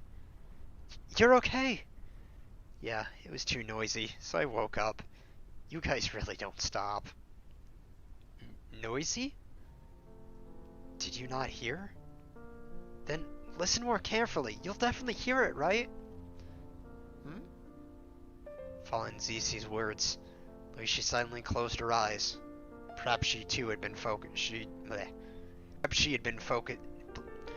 I have to re-say that whole thing. Perhaps she had been too focused before, and her auditory module had filtered out external sounds. I just noticed my bitrate drop, so I'm gonna let that stabilize for a minute. Yeah, my stream bitrate's jumping all over the place, so okay, there we go. It's stable again. I just want to make sure everything's stable before I continue. Now she truly heard it. A faint singing voice. It was the song of the Winged Hussars that they had always hummed when heading into battle. Then, the Winged Hussars arrived, coming down the mountainside, thunder in the sky as the trumpets cry. Then the Winged Hussars arrived, shining armor, wings spread wide, iron hooves pounding as the charge collides. Everyone is back? But why are there so many voices? Just look and you'll know. Liushih moved her freshly maintained frame. Liushih helped her up, and the two opened the door together. Appearing before the dolls was a night illuminated by flashlights and torches like never before. Hundreds of people, carrying large amounts of weapons, ammunition, and supplies, were gathering into the Winged Hussars camp. What's going on? Oh, General! Khan, you finally came out! Since just now, people have been joining the heroes' army. Boss, it's the companions who disbanded before. Turns out everyone didn't run away. Everyone just realized that we couldn't defeat Powell with our numbers. They went quickly around the vicinity, making speeches, and gathering as many reinforcements as possible. Whether it's the guards of Whistling Cliff Town, or the merchants that are usually protected by the Winged Hussars, they all rushed over immediately after hearing the boss Liushih. I think a great thing about this event is the show not tell factor like this. It goes to show how influential Whistling Cliff Town is and how affectionate and effectual Liu is with surrounding peoples with her own Winged Hussars. In that regard, being able to mobilize the entire security apparatus of the town and all the merchants who had ever did business with them, as well as those that they were protected by. There are already over 140 people now, and it's still increasing. Even the mayor of Whistling Cliff Town came. Everyone says they received care from the Winged Hussars on daily life, so they absolutely can't sit back and watch us be disbanded. They brought all the weapons, supplies, and vehicles they could find. Huh? Eh? So many? Yeah. How can we cook for everyone?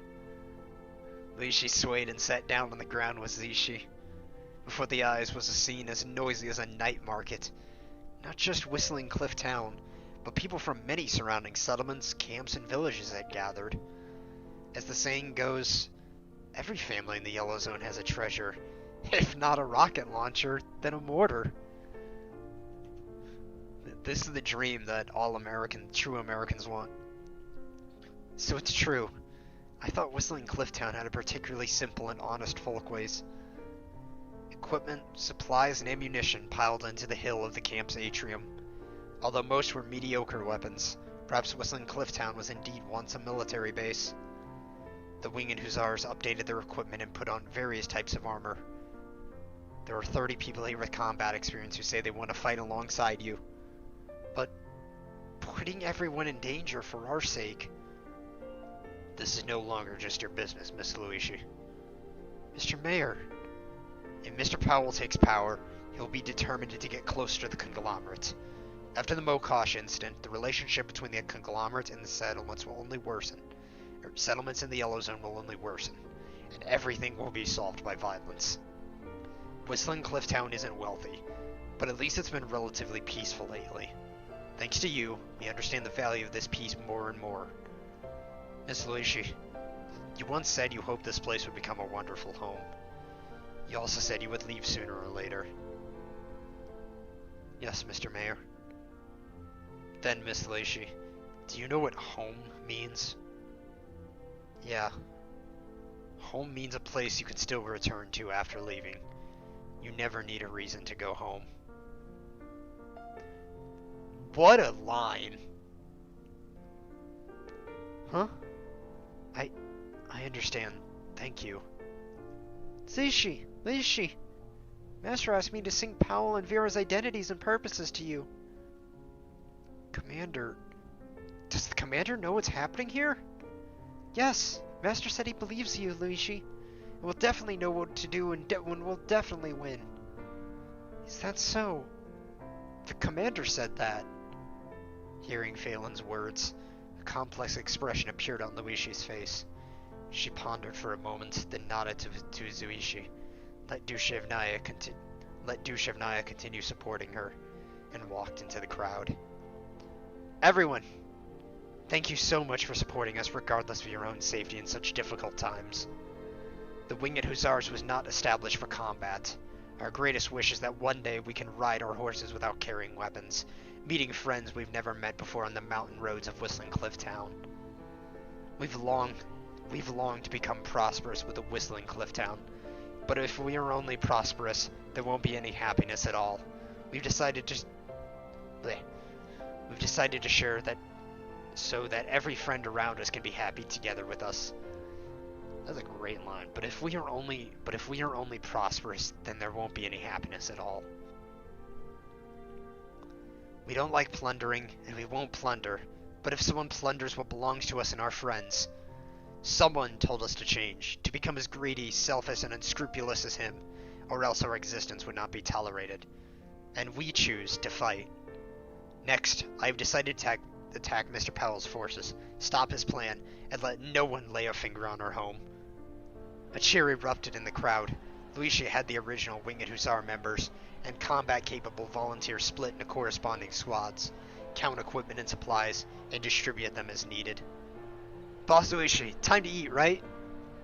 What? You're asking me to cook while I'm still adapting to my new frame? If Boss Liushih doesn't cook, what will we eat? You took all the reserved food, too. Only a meal Boss Liushih cooked last night is left. Eh? That's too much? I only failed this one time? Anyway, adjust your condition the best as possible. We'll move out in 1 hour. Hearing the thunderous cheers, Liushih showed a faint smile and wiped the corners of her eyes. This reminds me a ton of Shiwa's event, and that's a compliment. It's Shiwa's event, but better executed, I think.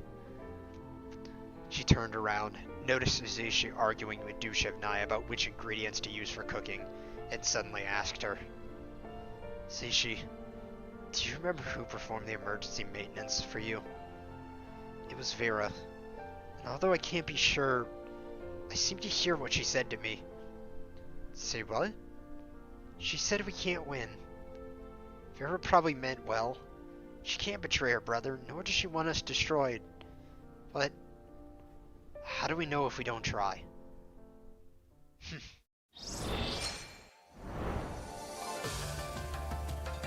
There's a lot of great lines in that story node. I need a drink of water.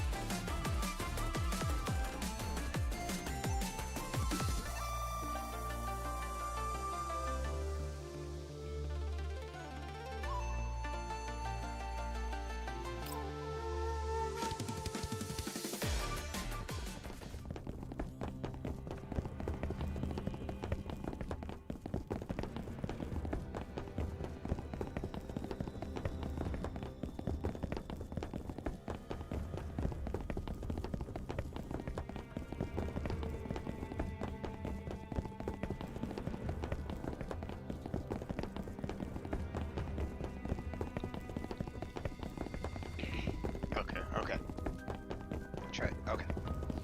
Guided by Bedilu, Tao carried Vera and led all of his subordinates, along with a mass of Sangusferi combat dolls and automated weapons, deep into the darkness along an abandoned mining tunnel. Although Elids along the way were disturbed and tried to attack, faced with such massive force, the Elids were torn to shreds with almost no chance to react.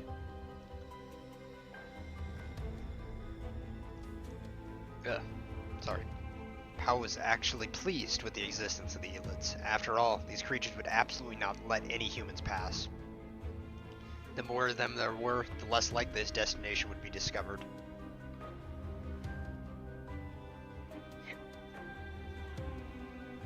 Forgive me. I see. It looks like an abandoned mining tunnel marked as dangerous. Indeed. No one seeking death would come here casually. Boss, these horses are really nice. They even come with radiation radar and emergency evasion functions. They originally had the potential to become main military vehicles. This level is only natural. That's not it. Brother, these functions on doll modules are specially modified by Big Sis Liushih out of concern for everyone in the Winged Hussars. Although Pegasus is Dad's masterpiece, their transformation into such gentle mounts is the result of the Winged Hussars' joint testing and research. Vera, I understand you're an emotional child, but it's best for you to forget those paradolls in the Winged Hussars. Even if I don't make a move on them, that kind of naivety cannot pass in today's world. Only family and power are trustworthy. Just as Powell was persuading, the scout behind him sent a warning signal. Several dolls were leading a crowd approaching from the far rear. Powell was somewhat surprised. Those Winged Hussars shouldn't have known there was no chance of winning, yet Liushih and Zishi actually let them come to their deaths. He quickly weighed the situation and made a hand gesture. Set up ambush points outside. Finish them off. Don't let them come in. Piece of cake, boss. Remember the overtime pay. Of course. Triple. Then I can kill the... Then I can even... Can I say that? Then I can even kill the president. Come on, keep up. These Sangus Fairy dolls will accept your dispatch. But if the battle loss rate exceeds 30%, according to the contract, we'll have to ask for compensation. Don't expect any bonus then. Just a few dozen Winged Hussars without mounts. Don't worry, we won't lose any money. Perhaps you're wealthier than me, Liushih. But you don't understand how to control humans at all. But most importantly, you don't know the principle of decisively abandoning them when you should. Here they come! Yushavnaya, Phelan, Liushih, I'm counting on you. No problem, just command with peace of mind. The Hell Legion is numerous. We have the bonds of courage and friendship, so the hero will surely win.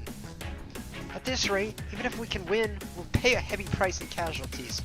Even with the help of everyone in Whistling Cliff Town, the enemy still has absolute advantage in numbers. Liushih, just as we agreed, we need to wait for the aerial beacon to arrive. Before that, it's enough as long as we don't let them escape back into the mine tunnel. I hope you and everyone can continue to lure Mr. Powell's subordinates and Sangvisfairy weapons outdoors. Especially the Sangvisfairy dolls and mechs. The more, the better. Understood. Observing the commander has always been my favorite thing to do. I'll try the tactics the commander has used in the past.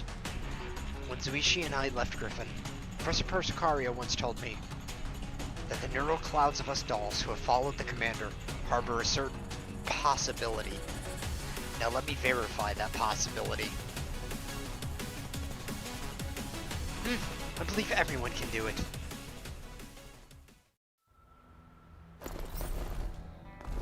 Mic off.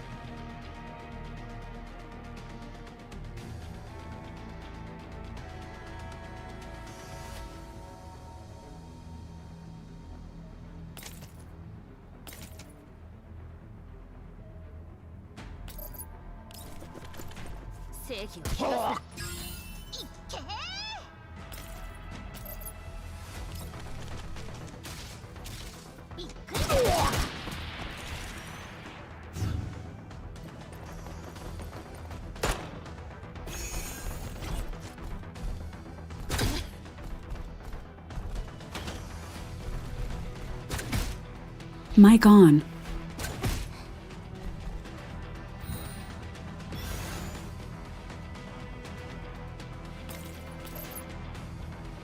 Okay. We actually got some crazy Liu lore there in that the implication seems to be that her former owner was obscenely rich and Liushih, or I guess just General Liu, inherited that wealth when she passed, including the wealth of the mansion, which I'm guessing she auctioned off for even more money. Which actually makes a lot of sense.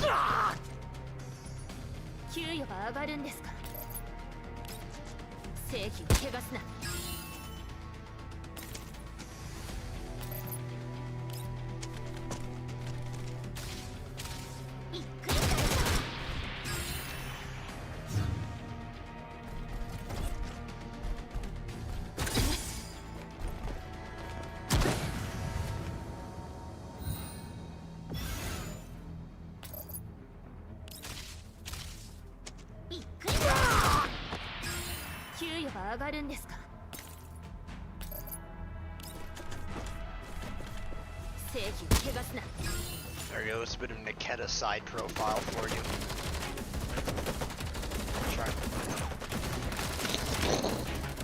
The sound of fierce gunfire tore through the silent night sky, and the firelight dyed the pitch black mountain road a dim red. Although their numbers were replenished and morale was high, most of the heavy arms had been taken by Powell, and without the support of the war horses, the winged hussars fell into a hard fight. Thanks to Shevna's precision sniping, Phelan's risky guerrilla harassment, and Liushih's deploying humans in the rear, the battle line could be maintained under the dull struggle. Idiot! If you can't ride, don't ride! What are you doing? Now is not the time for this. There are too many Sangvis armaments. The flank can't hold. We absolutely can't let them flank us to the rear. The general's position is too dangerous. Khan, you go reinforce. Leave this to us. Liushih nodded and shifted her attention to Liushih's units, which was taking heavy fire from the front. At this moment, Liushih stubbornly attracted heavy fire, covering her comrades whilst taking opportunity to take down approaching enemies by precise shooting. Got it, hold on. A hero will never fall on the battlefield. Eh? Strategist? What are you doing? Isn't that the number 3 ranked pose in the Commander's most endearing poses that everyone in the Elmo talks about? We're not going to address what she just said. Perhaps for the first time, Liushih looked at someone else's behavior with weird eyes. Feytusa was standing at attention with her feet together, hands raised high, looking at the night sky. Liushih stared blankly at her until a bullet knocked her to the ground, and the young girl doll only then regained consciousness with a cry of pain. Feytusa, what are you doing? Testing signal. The beacon's almost here. Liushih, don't disturb me. Back of Howell's stronghold, didn't I say that because of your status isn't high enough, you can't control the current Sanctuary units? Why are you saying this now? Let me out quickly. That little fox is about to be surrounded and killed. Finland won't have a problem. You should start trusting your companions too, right? The point is you, Liushih. After I thoroughly took over several Sanctuary dolls, I found it wasn't your status that wasn't high enough, but that the codename Scavenger doesn't exist in their database. They can only recognize that you possess the same OGAS protocol as Sanctuary. So strictly speaking, you haven't been recognized by the Sanctuary organization. What? Liushih, you always talk about Sanctuary this and Sanctuary that. How can this be? So next, I'm gonna write the existence of Scavenger into their consciousness. Can you do that? With the power of bandwidth support and the beacon and the assistance of everyone on the Elmo, watch me. Feytusa, having instantly completed overclocking, released a signal pulse that all dolls present could sense, blooming like a ripple across the battlefield. All machines using this technology froze. Scouts fell to the ground, and the Sanctuary dolls who were strafing stopped their actions. After a few seconds of blankness, they turned blankly towards Feytusa's direction. At this moment, Feytusa handed the frame over to Scavenger. I'll leave it to you, Liushih. She looked up and saw the Sanctuary dolls kneeling devoutly, as if facing a monarch, completely ignoring the mercenary beside them who rolled off his horse after being hit by the knee by Liushih. Scavenger stepped forward, glanced at the kneeling Sanctuary dolls, and revealed a smile with complex meaning. Feytusa, you guy. You still know my tastes. Damn it! These Sanctuary garbage, what's going on? Sure enough, stuff from 10 years ago, totally unreliable. Also, these horses. Why is their performance so poor? You don't know how to fight for yourself. What are you talking about performance? The mercenary. I approached easily by Scavenger. Drew his gun quickly, but was kicked flying by her. The doll moved as if improvising a dance, gracefully dodging surrounding trajectories, and swept the mercenaries off their horse one by one. Just as the mercenaries wanted to come to support, they couldn't move. All Sanctuary dolls in the battlefield raised their weapons, aiming at their comrades from moments ago. I have good news and I have bad news. The bad news is, if you don't surrender, I'll make your heads roll immediately. Good news? Scavenger tilted her head and smiled innocently. The good news is that the horses will be quite cute and will be fine. Quickly grabbing the thing about Sanctuary.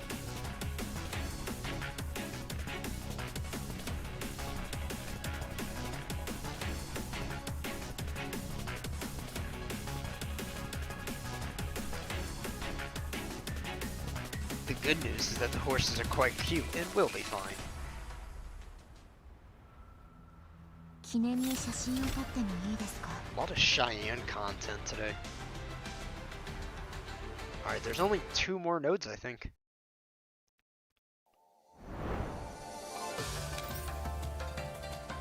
Guessing this is going to resolve the Battle of Whistling Cliff and the Svarog Arsenal, and this is going to be about the commander.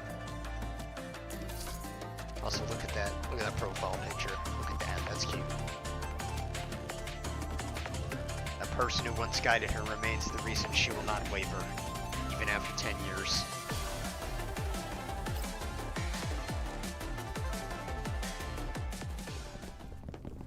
After capturing Powell's subordinates and shutting down most of the Sanctuary armaments, despite Scavenger's protests, the dolls ventured deeper into the cave, a accompanied by only by two Aegis units.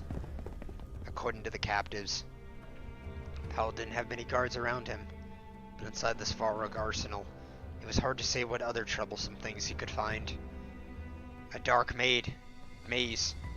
Indeed, easy to get lost. Follow the hero's footsteps. Turn right at every corner. No need, I'll track him. Liushih, can we open fire immediately upon encounter? Open fire. That's an enemy, right? And he did terrible things to Zishi, didn't he? Yes. General Liushih? What's wrong? I feel Liushih looks a bit worried. It's because of Vera? It's indeed not easy to pull the trigger on a former companion. How about this?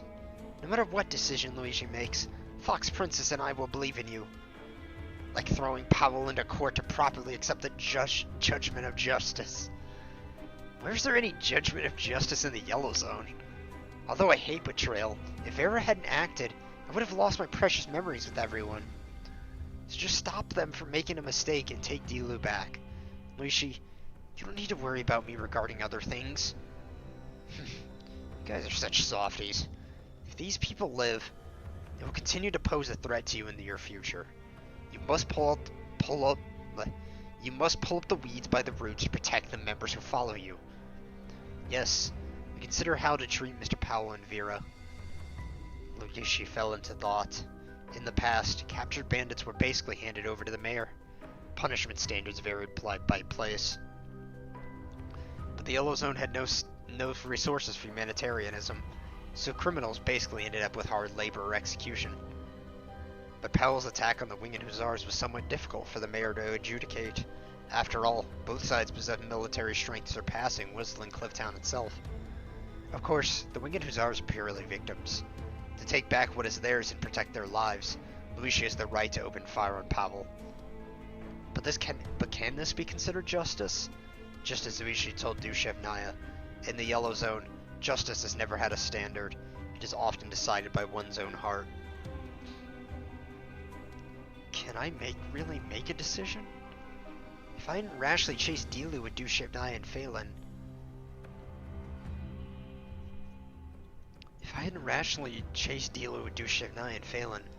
the camp might not have fallen. How can that be blamed on you? Powell isn't wrong. I haven't received command training, nor am I good at those complex games. For 10 years, I've relied on luck and imitating the commander to get where I am today. Do I really have the right to decide the fate of others? Liushih. Sorry, even at times like this, I'm still saying discouraging things. Liushih shook her head, indicating to everyone she had made her decision. At such times, she absolutely can't shake the confidence of others.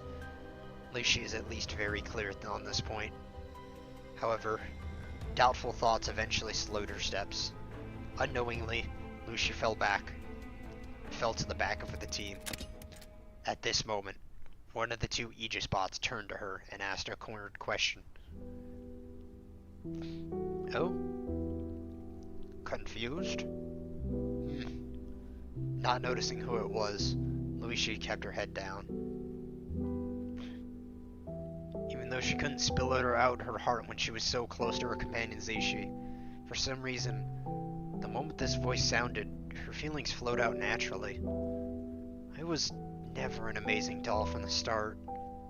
I only claimed to Whistling Clifftown to find the commander. I only took on the role of leader of the Winged Hussars by following the memories of how the commander led us in Griffin. But aren't you doing a good job? I actually didn't do anything special. I was just chasing his shadow all along. Whenever I encountered difficulties, I would think, what would the commander do if he were here? I relied on this method to get where I am today. But in the end, I'm not the commander. I don't have the courage to remain calm in desperate situations, so I'll probably never be able to shake off my weak side. Troubling, isn't it? Yes, very, very troubling. I had the commander to rely on before. I never thought I would have such troubles. Liushih looked at the Aegis bot robot running beside her, showing a somewhat weak expression. She seems to have completely forgotten that the Aegis model doll does not possess a neural cloud capable of conversation. Someone must be controlling it remotely to use it. Someone must be controlling it remotely to use it to project their voice. Liushih didn't realize this because, for her, such a conversation was so reassuring that it was only naturally engraved in the bottom layer of her neural cloud. There is no one who doesn't have this kind of distress. The more you carry, the stronger this terror becomes. Everyone is the same. Is the commander the same too? Liushih was dissatisfied. She didn't want to hear any words unfavorable to him. Even objective remarks would be 1,000 times more serious than being offended herself. She stared at the Aegis, and then gradually realized the incongruity she should have noticed from the very beginning. Eh? Are you? There has never been a 100% correct decision. Making a choice means killing all other possibilities. How could such a thing not be frightening? At times like this, one must seek reliance from one's companions, from known intelligence, and from one's own beliefs to find the correct path. For example, you might as well think, if you don't fight Powell, this place near Whistling Cliff Town would become a production base for Sangusfairy armaments. For another example, you might as well think, if you could just kill Powell, will it really solve the problem? Will the conglomerates send an even worse enemy? Really, Commander? Also, you're right on the money with the music. This is a great emotional theme. After confirming, Liushih felt warm tears spilling from the corners of her eyes. This address was the warmest anchor in her neural cloud. The beacon that supported her through countless long nights and kept her from losing her way. Commander, is it really you? Yes, it's me. Long time no see. Sorry, Commander. It's been so long. I wanted to show you I've become a doll capable of standing on my own. But the current me, Liushih, you don't need to apologize. Listen to me first, okay? During this time, I read quite a few reports related to Whistling Cliff Town, as well as everything the Winged Hussars and you have done. Earlier than me, you understood how to help others in the Yellow Zone. You didn't imitate anyone, but groped your way to the correct path using your own methods. It's truly amazing. Commander? That's not it. I still often get indecisive. Ain't that the truth for all of us? Feeling hesitant is not a sign of weakness. It only proves how much you cherish your companions. Unfortunately, such distress will always exist. Do you get trouble too, Commander? You don't think you're the only one who questions whether they're qualified to shoulder other people's fates, do you? That line has many connotations. When the Commander is troubled, have I ever been a support and given the Commander strength? Yes, countless times. I've received strength from you, all that has supported me, to keep me moving forward until now. Then, can the current me regard the Commander as my strength? I will support you. Liushih took a deep breath. When she looked again, the confusion in her eyes had settled into clear determination. That person guided her 10 years ago. And 10 years later, he can still give her unwavering purpose. The lines are so good here. That person guided her 10 years ago. And 10 years later, he can still give her unwavering reasons. This is enough. I will believe in myself, just as the Commander who believes in me said, to walk on troubled but firm.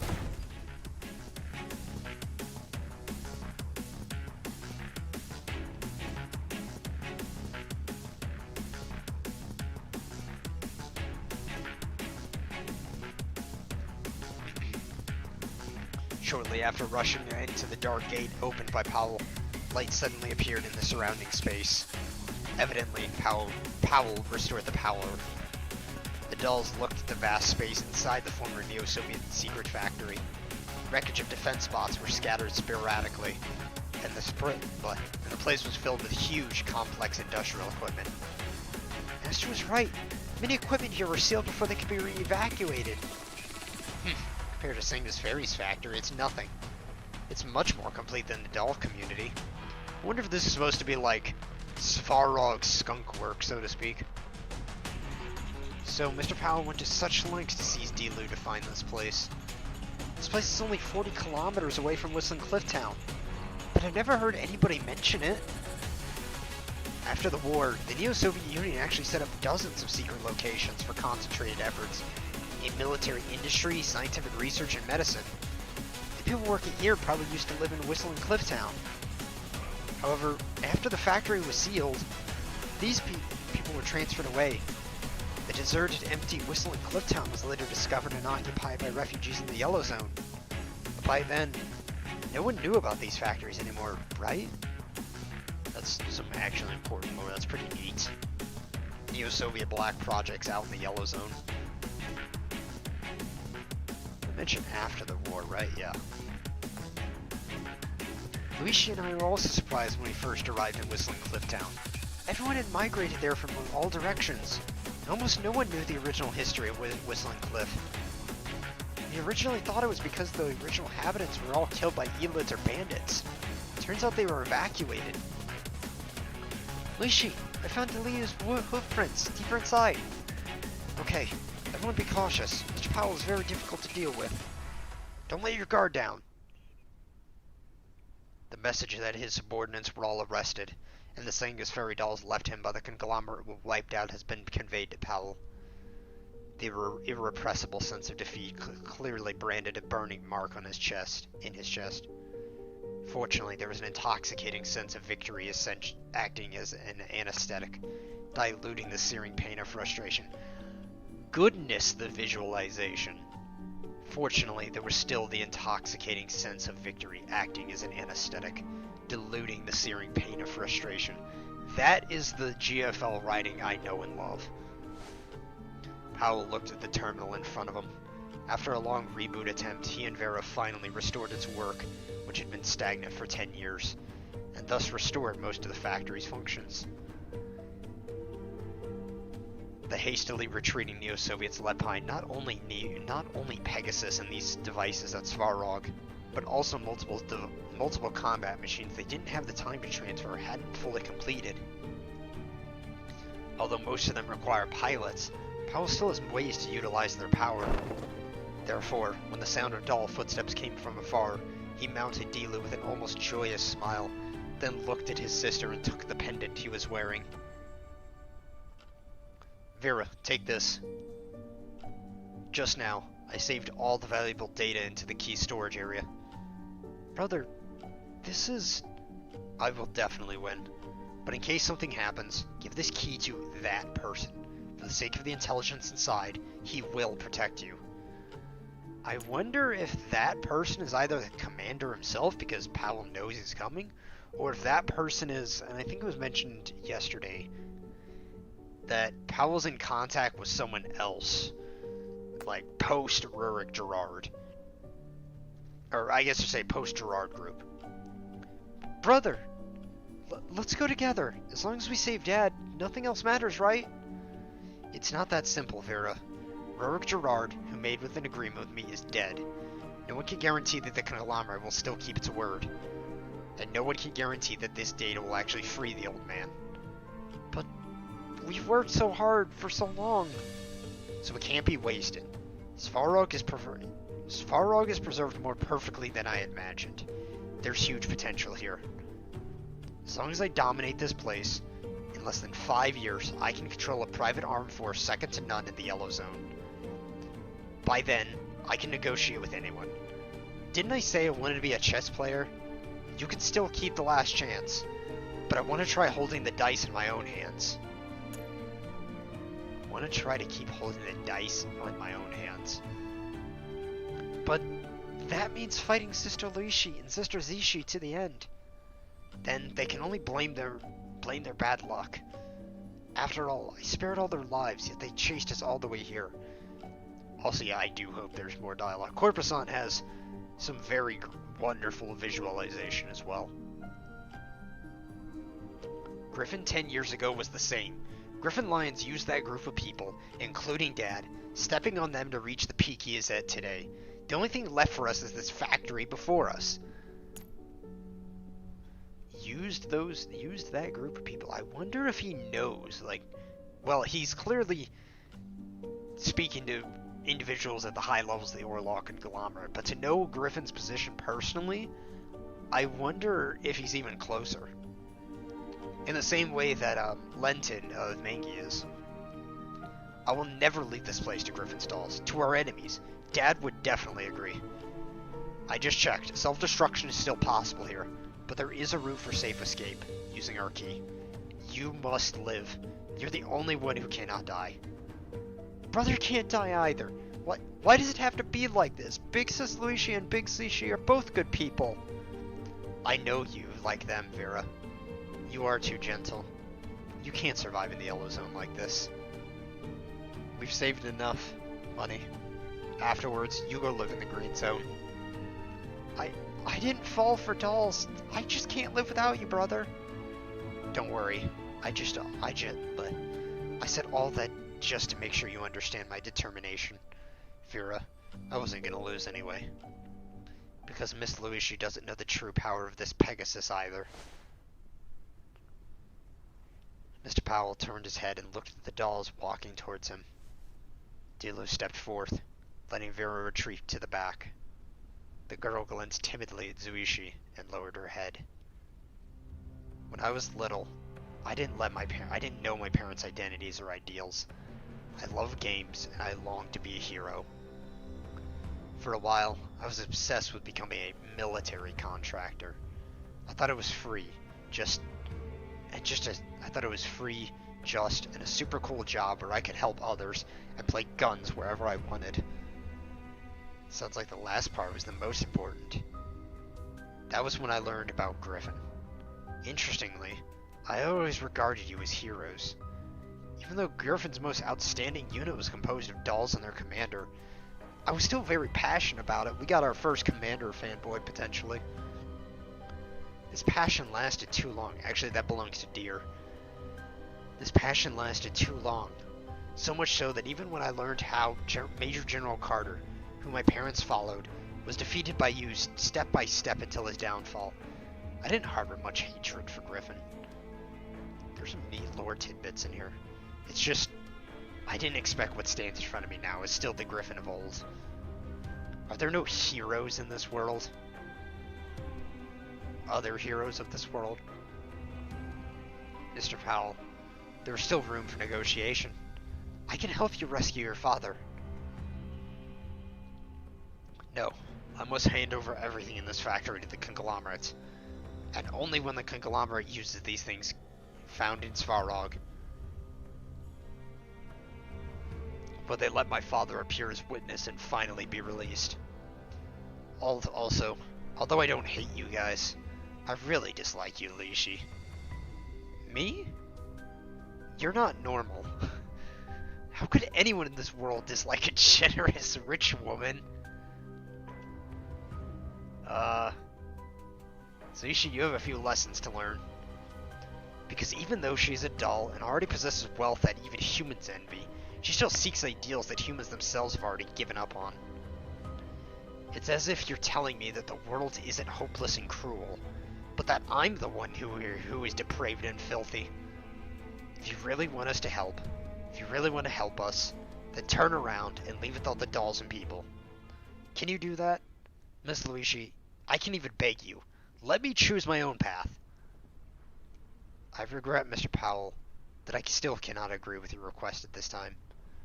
Because your choice might cause Whistling Cliff Clifftown to completely fall into the hands of others, or make the lives of the people in the Yellow Zone even more painful.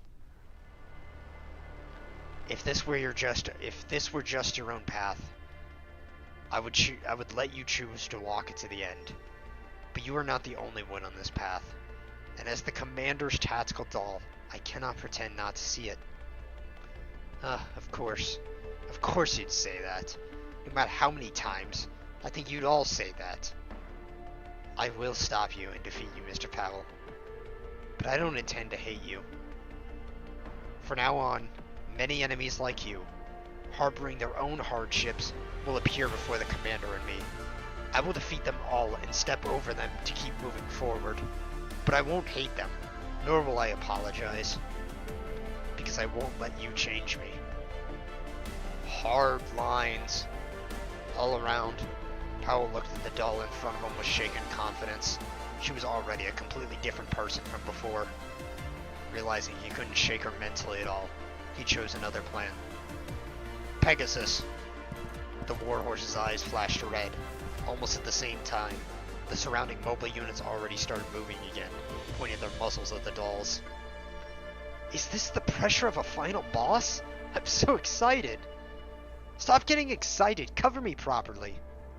I didn't expect Dilu can control more than just those warhorses. Did the military recreate the Sangusari mastermind network on it? Oh. That's incredibly dangerous if they did that, because that means in a way Pegasus could become a relic key. Do with this information what you will. I told you not long ago, Pegasus is not a simple bionic vehicle. It has all the facilities of a common platform, expected to be issued to elite dolls with command modules to further unleash their capabilities on the battlefield. All the weapons can still move in this factory or within its command range, and I just counted these numbers. As long as I have it, I can start a war without anyone by my side. Dilu, just wait a little longer. I will bring you home right away. Although they're old antiques, they're all wartime standard armaments. Don't let your guard down. It's okay. If necessary, I will use the combination technique with War Master again to end everything. Mr. Powell is using Pegasus to access the fire control systems of all the units. The upcoming fire coverage will be very dangerous. Please be careful, everyone.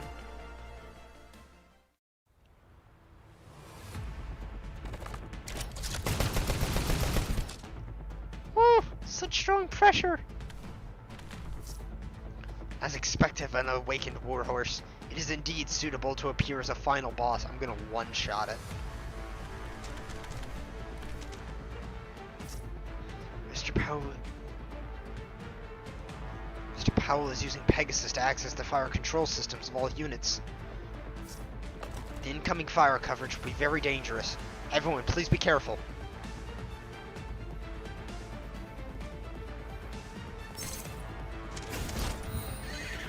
Get some horse-on-a-horse combat here. Unfortunately, I'm gonna one-shot it, so, I'm sorry, but blame Mika for not making stages harder without resulting to heroic mode.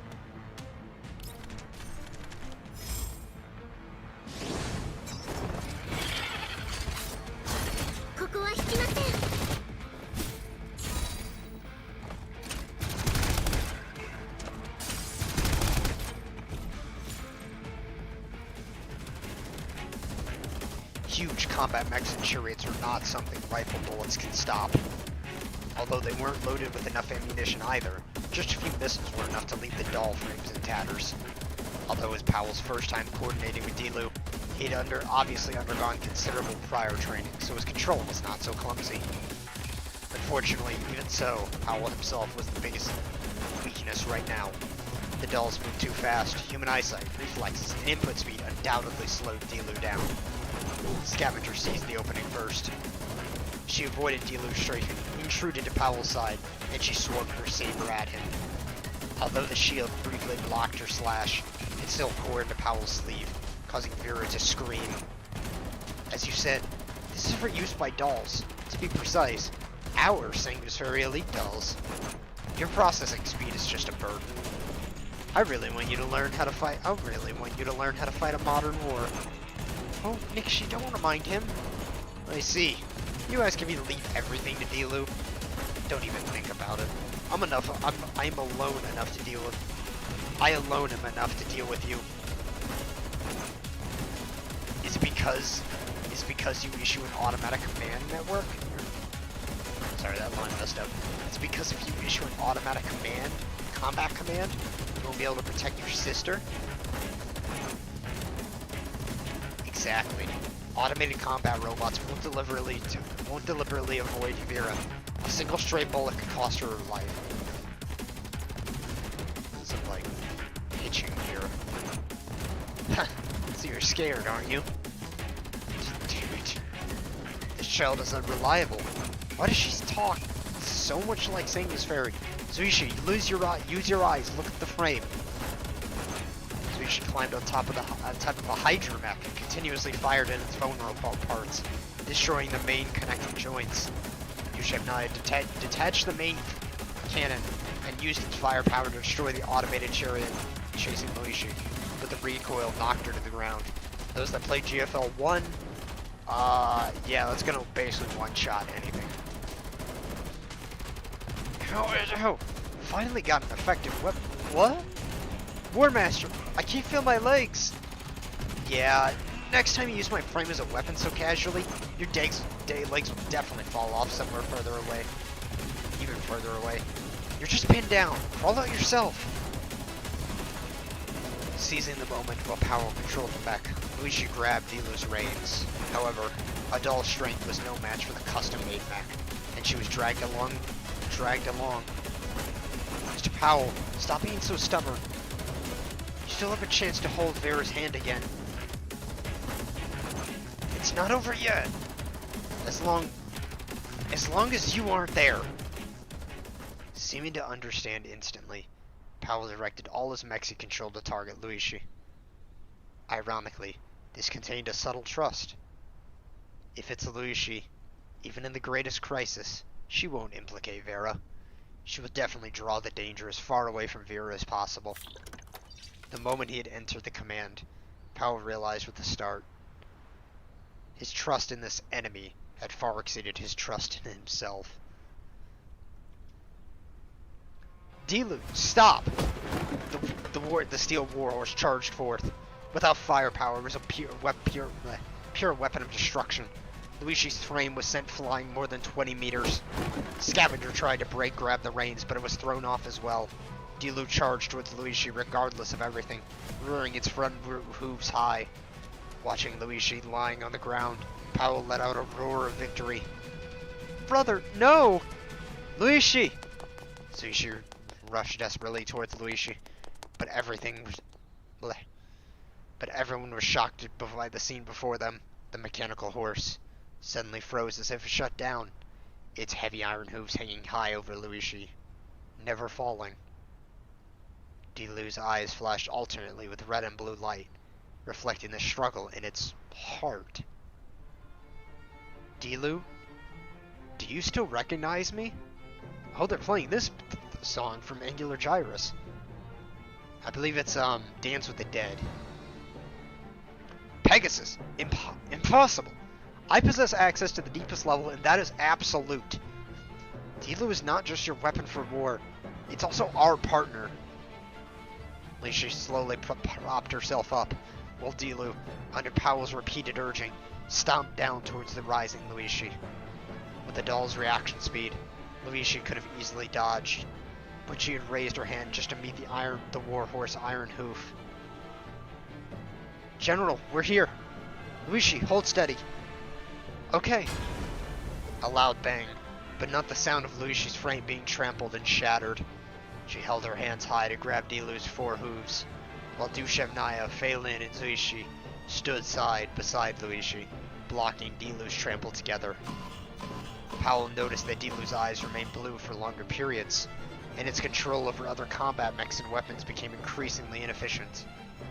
Vera, you should go! Realizing his imminent defeat, Powell could only barely hold on. He made Dilu break free from the doll's grip.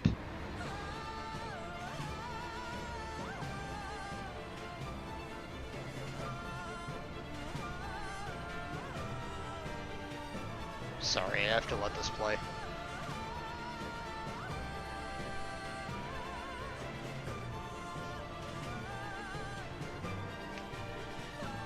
I think this is Dance with the Dead, I think that's the name of the song. He made Dilu break free from the doll's grips, then kicked Scavenger 30 meters high. Man! Kicked Scavenger 30 meters high into the ceiling with a powerful rear kick. More and more mechs were destroyed or shut down by the dolls. Liushih clung tightly to Dilu's neck. Powell aimed his gun at the doll, but Dilu resisted, unwilling to give him a position to hit Liushih. In the chaos, Powell turned his gaze to Vera. I also want to point out that he kicked the one saying this doll here. In the chaos, Powell turned his gaze to Vera, worried if she could run out of this dangerous combat zone. But Vera went to the factory terminal and inserted both keys in one go. Stop everything! For me! Before her appeared the interface board of the Pegasus 1 unit connected with the remaining 7 heavy combat weapons. Vera smashed her fist down, almost roaring. Seconds later, the wriggling combat mechs gradually stopped moving. Vera, what are you doing? I'm saving my idiot brother. Don't think I won't spank you just because of this. Yeah, she'd say that. That's enough, Miss Scavenger. That's enough. She gently stroked Dilu's forehead and raised her eyes to gaze at Pavel. Mr. Powell didn't lose, and you didn't win. But your war is over. It seems so. Whether it's the ideals followed, the students and successors personally cultivated, or the success created with painstaking efforts, the Smolin family is destined to be betrayed by it all. Even my sister thinks I'm in the wrong. In the final moment, letting me be betrayed by my family again. Looking around, Powell sighed. Surrounded by dolls in every direction, he can no longer offer any resistance. You won. But Miss Liushih, even if you are always the winner, you won't always win everything. The confusion in Powell's eyes gradually twisted in a determination of utter despair. He rapidly typed a command into the terminal. What's going on? What's that guy doing? Brother? Don't worry, this is just the Pegasus 1 self-destruct program. At least this command is written into the bottom layer of its neural cloud. An absolute and indeligible safety measure. In my life, too many things have been betrayed my family. Now that even Vera has betrayed me, at least let my father's creation maintain its dignity until the end. No! Pegasus! Dilu is... Big Liushih is my friend! As Powell completed the command input, Dilu's core burst with blindingly red light, and ear-piercing alarms resounded throughout the valley. Alright, everyone move aside! Since he had decided to end it, Powell didn't intend to hurt anyone else. He urged Dilu forward, while he slid off the horse's back, allowing the dolls to capture him. Liushih, take Vera and Powell and leave. What do you want to do? Liushih? Amidst everyone's exclamations, Liushih had no intention of fleeing. She rushed towards Dilu, who was running towards the uninhabited area to get away from everyone, grabbed the reins with all her might and vaulted onto its back. Liushih! Liushih shouted, wanted to bring Liushih back, but it was too late. A blindingly white light covered the visual module. The dolls could only watch as Liushih's back was swallowed by the light. Dilu, do you remember who your master is? Liushih's whisper was completely different from her usual gentle voice. The commanding authority in it even made Liushih feel unfamiliar. Under this dazzling light, Liushih realized a certain part of Liushih's neural cloud had just changed just now. She was still her best friend, and the leader of the Winged Hussars, but not quite the same as before. When everyone could open their eyes, they only saw Dilu obediently carrying Liushih back to them, and Powell, who was equally shocked beyond belief. Vera screamed and rushed towards her brother. had been kicked to his knees by Scavenger. He dazedly opened his arms, only to be slapped heavily by his sister, and then kicked in the chin and fell to the ground. Looks like the sister has to put up with her brother for a long time. Although I understand Mr. Powell's feelings, Dilu is a member of our family. Regrettably, even if it is the son of its creator, I will not allow anyone to hurt it. Does this best friend of hers know what just happened?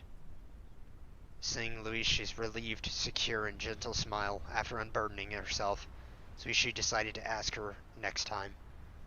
At least for now, the winged hussars had overcome the predicament again. It's time for everyone to relax and rest. 任務完了。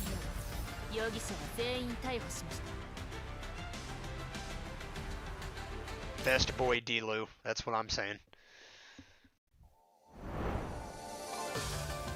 I really like the moment of weakness there for Powell. That I can't remember exactly how the line goes, but it's saying something along the lines of, the narration says, it had revealed that, oh man, how was it said?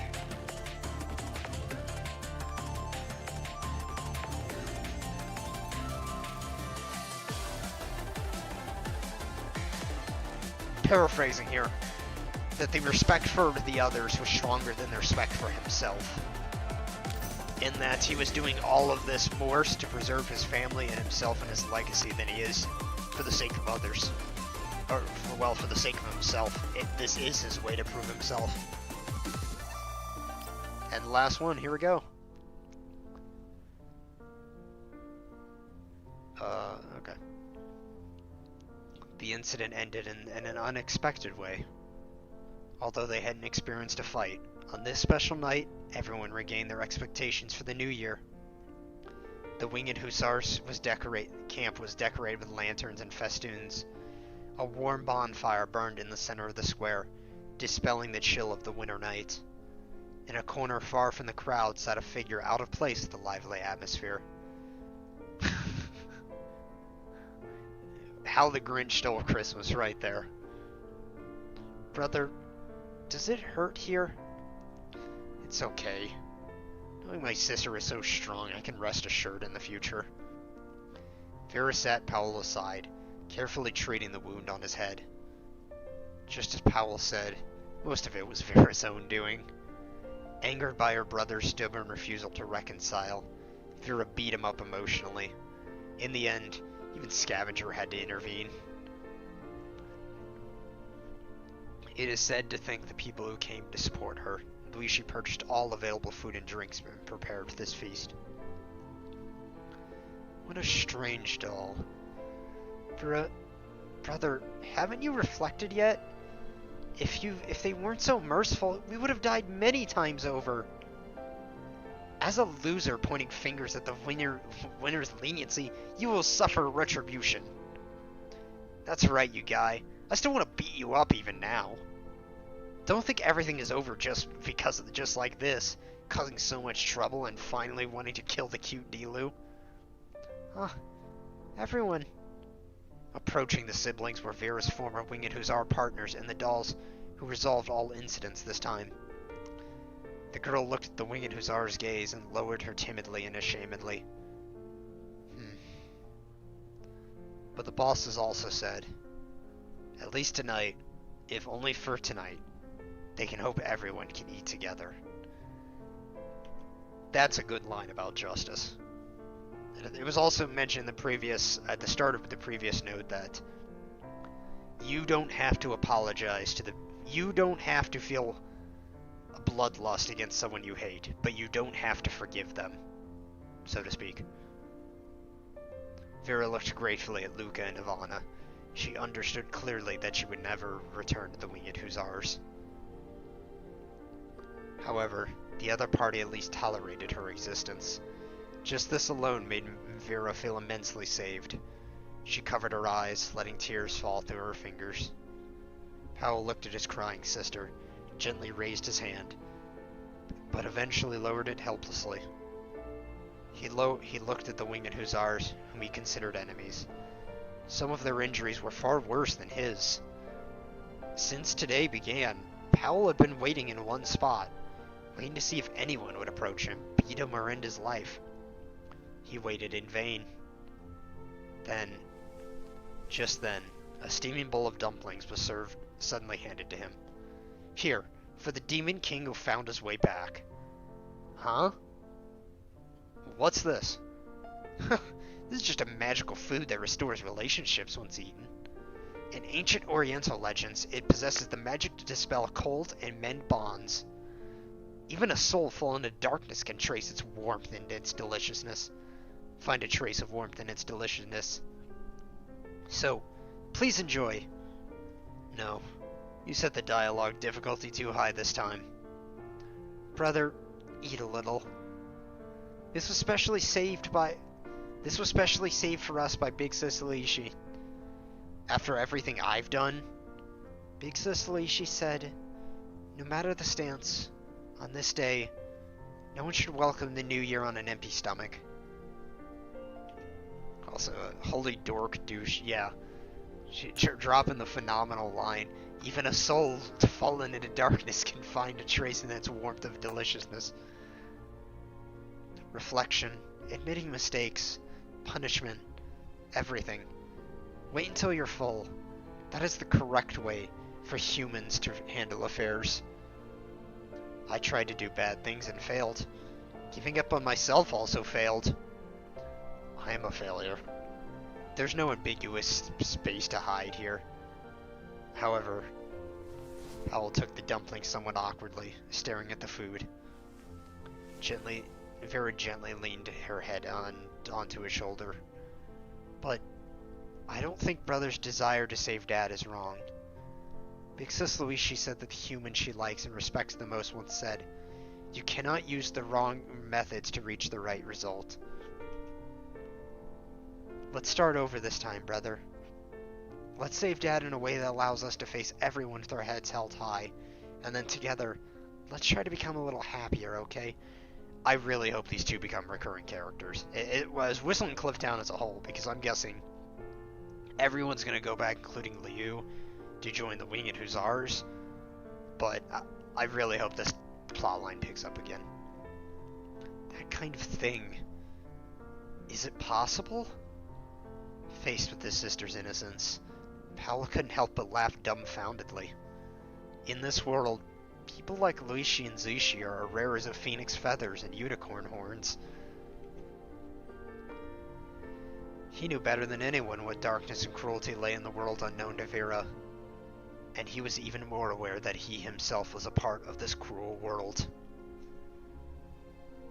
There's so many good lines in this event. But in this moment, he couldn't help but question, how many more excuses must he find? At this point, is there still a path in the right direction for him and Vera? Will it be allowed? Will they be accepted? Powell found himself harboring hope. Actually harboring hope.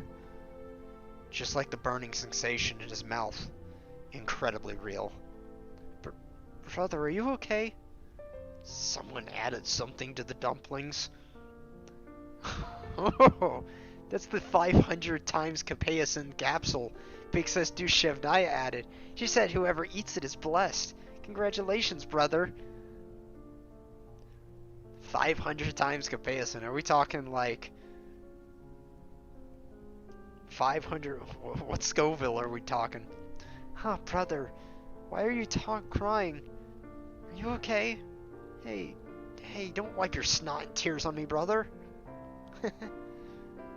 Alright. I know, brother. You worked so hard until now. Let's start over. It was a really cute exchange there. And this is a much healthier, nicer, and more platonic relationship than anything involving William and Lunasia. Watching the scene unfold nearby, Fetusa turned a new page in her diary. After conflict and strife, humans and dolls, enemies and friends, can actually sit together and share food. Is this the meaning of New Year for humans? It is truly fascinating. Huh? Does your fascination refer to letting two dangerous elements in? If it were me, I would have locked those two guys up long ago. Although I don't really want to admit it, I actually somewhat agree with Scavenger's view. Liushih, is this really okay? Even if Powell is behaving now, what if he wants to use Dilu to cause destruction again in the future? It's okay, Liushih. I think the current Dilu is no longer a tool anyone can control at will. Why? Also, hello. Yeah, hello, Mango. I'm guessing that was the joke about William and Lunasia. Yeah. Dilu chose to defy the self-destruct command for the highest authority. This was a judgment it made based on its own memories. Oh, I remember it mentions that it actually has its own neural cloud on board, albeit it doesn't have... Well, I guess it neighs, but it doesn't have vocalization modules. But it can willingly defy a self-destruction command. That's powerful. Over these 10 years, it has lived with everyone and protected everyone as we moved forward. These memories have come to represent its will. Just as the commander gave us freedom through protocol, allowing us to break free through the shackles of being dolls and creating value beyond our design limits. I believe that as long as Mr. Powell stays here and spends some time with Dilu, he should be able to understand why Dilu made such a change. Did I skip over a line? Oh, no. But Liushih, you did something at the time to help Dilu break through its low-level restrictions, right? Me? No way, Liushih. Did you see it wrong? I didn't see it wrong. You clearly... Liushih suddenly stopped talking, noticing the brother and sister walking over. Seeing Liushih stand up, she sighed softly and went up to her. Softly. Mr. Powell, Vera, having fun? Liushih will try her best to make whatever you want to eat. Compared to that, I heard you don't intend to punish us? Punish? Does the punishment Mr. Powell refer to mean trial, conviction, and sentencing through legal procedures? You know that's what I mean. This incident is limited to between the Winged Hussars and you, so the mayor handed the power of punishment to me. I still want to address that people most certainly died in that firefight, and there's still gonna be some ill will between the factions here. But hey, I can appreciate detente. This incident is limited to between the Winged Hussars and you, so the mayor handed the power of punishment to me. Cece and I have discussed it. We are tactical dolls. We don't have modules related to court trials and legal aid installed, nor do we intend to install them. So we don't plan to do anything. That's just an excuse. Even if you are like this, those Winged Hussar members have their own grudges. Yeah, that's exactly what I just said. Although we have made such a decision, we haven't restricted what everyone should or shouldn't do. Guys, so everyone accepted this arrangement. At least, that's how I understand it. Mr. Powell, it is a fact that you and Vera deceived the Winged Hussars for your own affairs, causing massive losses and many injuries. But everyone already knows that Vera and your difficulties, and so far... Oh, okay. But everyone already knows Vera and your difficulties, and so far, no Winged Hussar companions have died, so... Everyone's decided not to retaliate against you for now. Okay, that levels the playing field a bit. That makes Deton a bit easier for all parties involved. That said, he did still have PMC companions, and I don't know if they died. This is your second chance. Please take responsibility for your own life. Big Sis Liushih. Big Sis Liushih. Apologies. Facing the two dolls, Vera lowered her head, weeping. I have always been jealous and resentful of you big sisters. Even though I knew it was wrong, I took my pain out on you. Everyone in the Winged Hussars cared about me from the very beginning, but Seeing Vera's state, Liushih reached out and gently patted her head. Apologize to everyone, okay? Yes, I definitely will. I will work hard to atone. Looking at her sister with complex expression, Powell realized that the doll's gaze were focused on him. He smiled awkwardly, then nodded to the two dolls. I hope to go back with Vera after accepting your punishment.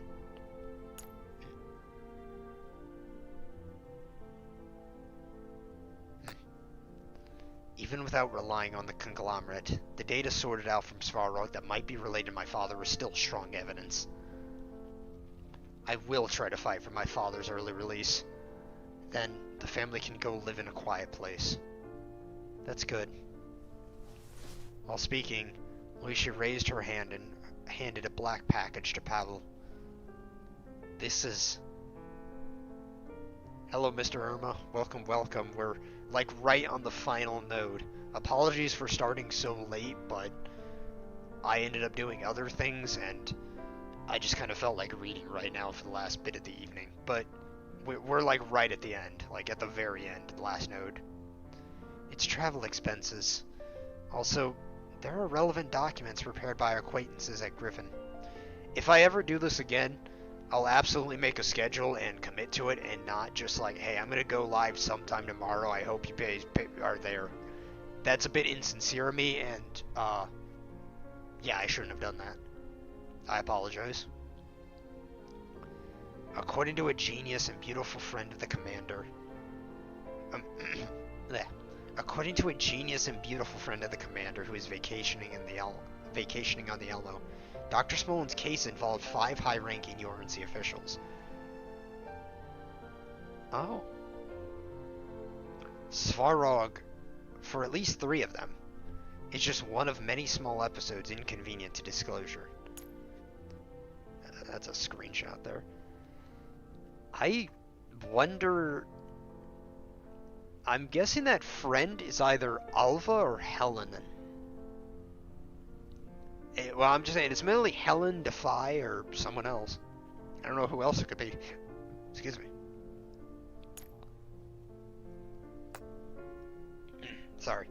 Svarog, for at least 3 of them, is just one of small episodes inconvenient to disclose. What? Even if you are a tycoon, how could you access information from such high-ranking URNC officials? This is our commander's big hand. King Tomato. Just how terrifying of a person is he? In addition, there's a business card in the package. Among our past partners, one has now become a very successful lawyer who has yet to lose a lawsuit. Who's that?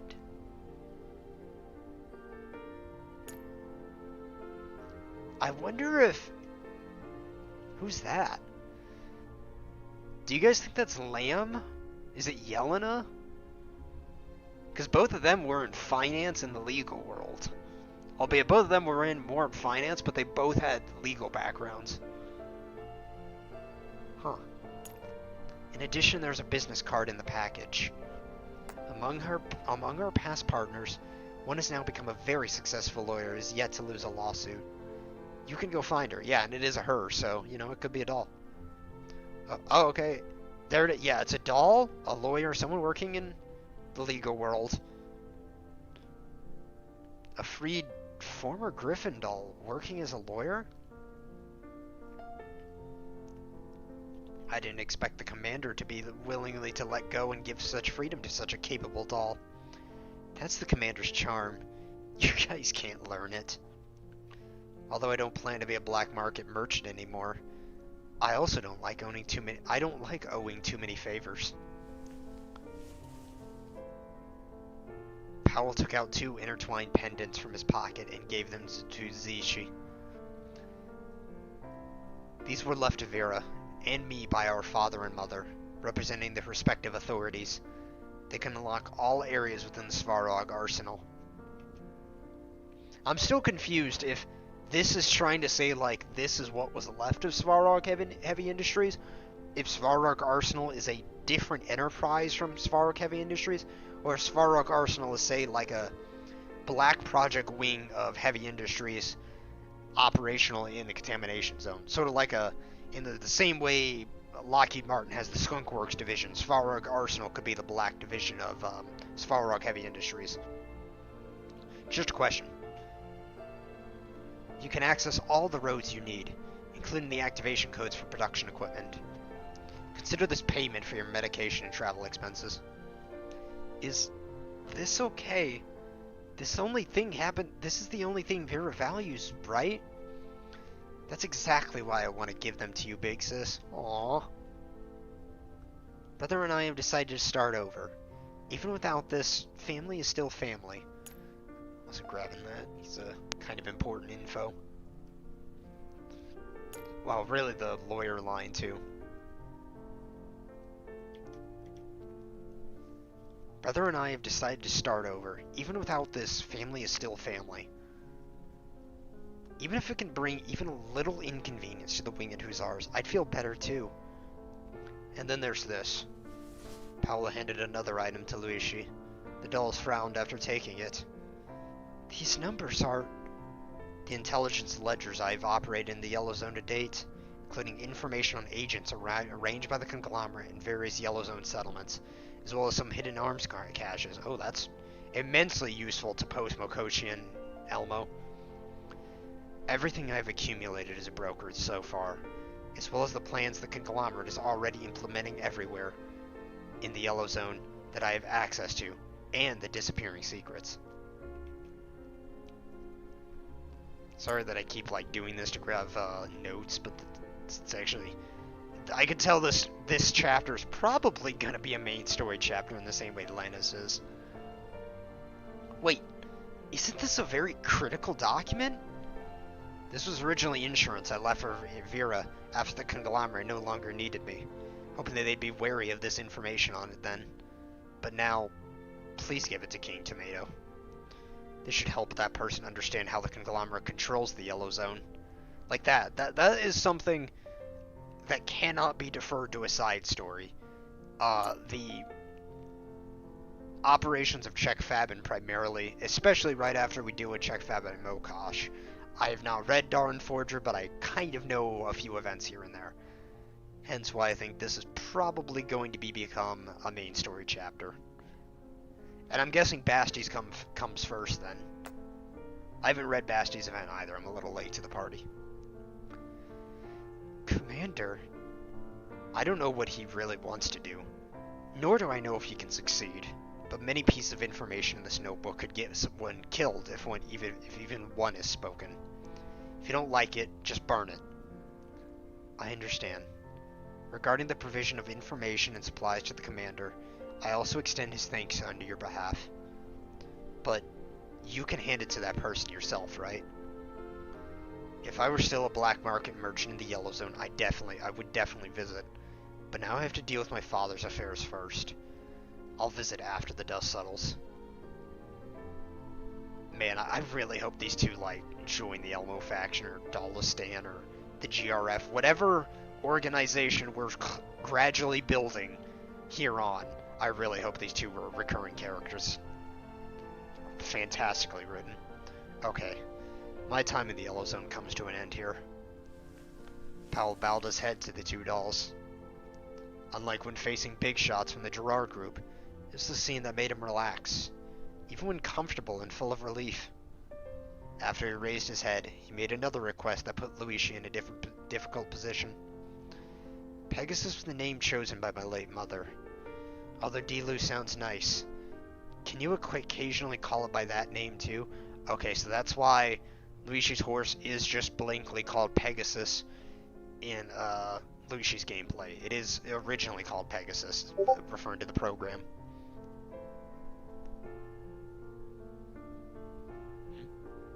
Sorry. Oh, okay.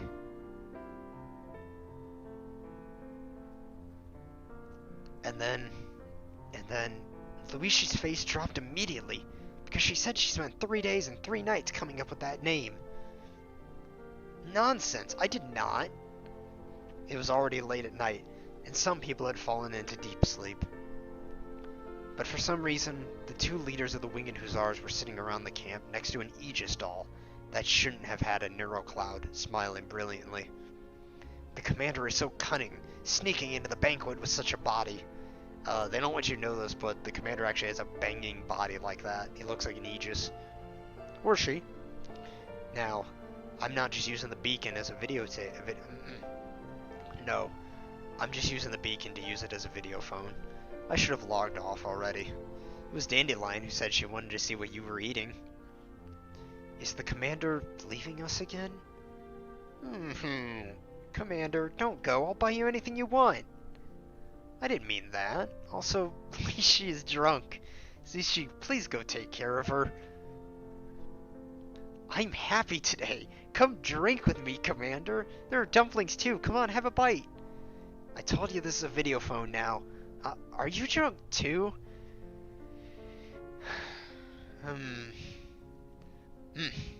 Very delicious. You all worked very hard this time. If we stand out on the same battlefield as the commander, it's impossible if we are the same as before. For these 10 years, Liushih and I have always dreamed of returning to the days of fighting by your side. This thought hasn't changed a bit to this day. Exactly. Commander, we worked very hard. Praise us as much as you want. Don't hold back. Especially Liushih. She's changed a lot. I think she's definitely the former Gryffindor has improved the most in the past 10 years. Liushih too. She's my irreplaceable best friend.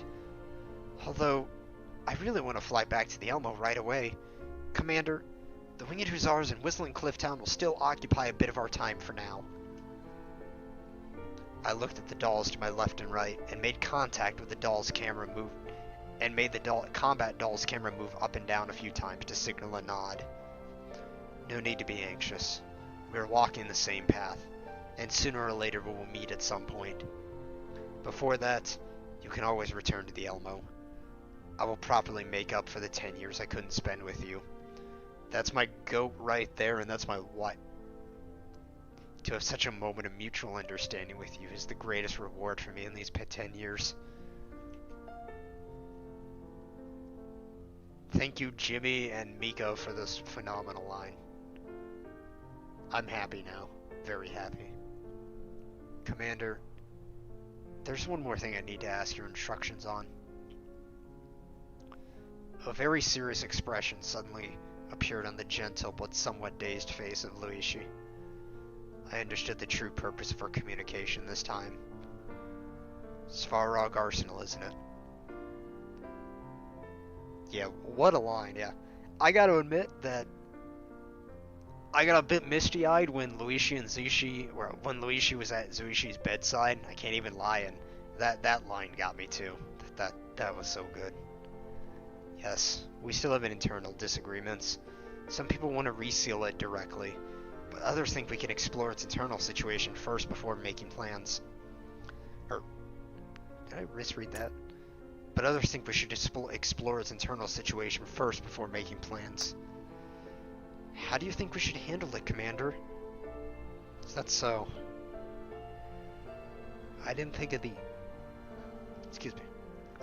the answer immediately. Naturally, I considered it. Such a sizable and well-preserved arsenal shouldn't really exist in the Yellow Zone. If the RNC knew someone possessed such arms manufacturing capability, Whistling Cliff Town and Liushih's Winged Hussars could get into big trouble, so sealing it is naturally the easiest countermeasure. But the situation in the Yellow Zone is not optimistic now. Even without seeing the intelligence collected by Pavel, I can know from Dandelion and Leva that the conglomerate is plotting some huge conspiracy within the RNC. Yeah? You think? You lived through Corpusant, Shiki-Khan? You know. Therefore, perhaps at some point, the people of this entire Yellow Zone will be in the need of a potential hidden within Svarog. Man, I wonder if the commander's gonna lead some, like, anti-URNC rebellion, or just some, like, third world, like, militia composing most of the Eastern European Yellow Zone region. I have a feeling that's where the narrative is heading. I want to read the notes left by Powell first, and combine them with my own knowledge of the current situation in the Yellow Zone before making a decision. However, this place is indeed crucial. Taking confidentiality measures as much as possible, and at the same time, try to investigate thoroughly to avoid any potential risks. Yes, sir. Just then, the shouts of the Winged Hussars came from the plaza nearby. Bosses! 10 seconds left until the fireworks! These special fireworks are made by the Winged Hussars. Everyone look! General, Khan, what are you doing? It's better if everyone's together. We'd be so happy if Master were here too. Hmm? Save us, doll. Could it be? Ah, it's starting. Commander, Liushih, let's go. Commander, come. Ha, yes. I'm counting on you. I let the two reunited dolls lift me up and walk towards the crowd.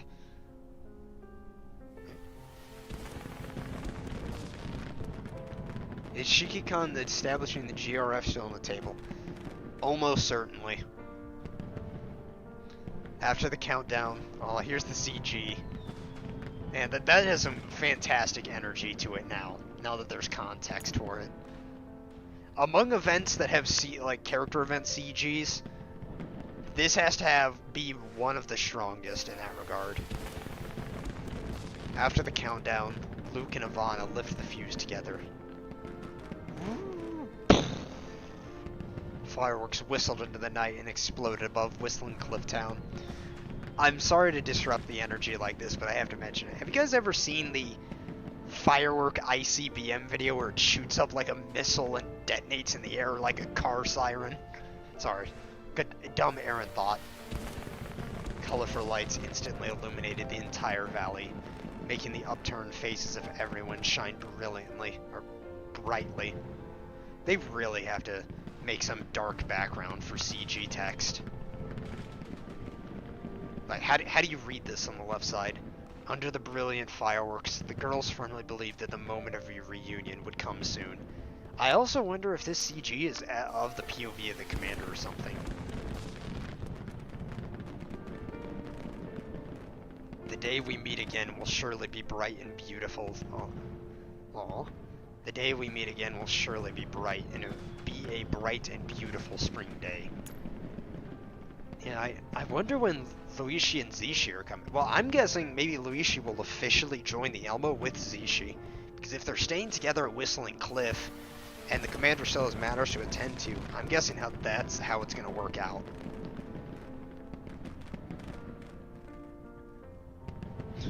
I have not, but my interest is piqued. Okay, when you have the time, look up like firework missile video. You'll know what I mean when you find the one. It's pretty much unmistakable. Anyways.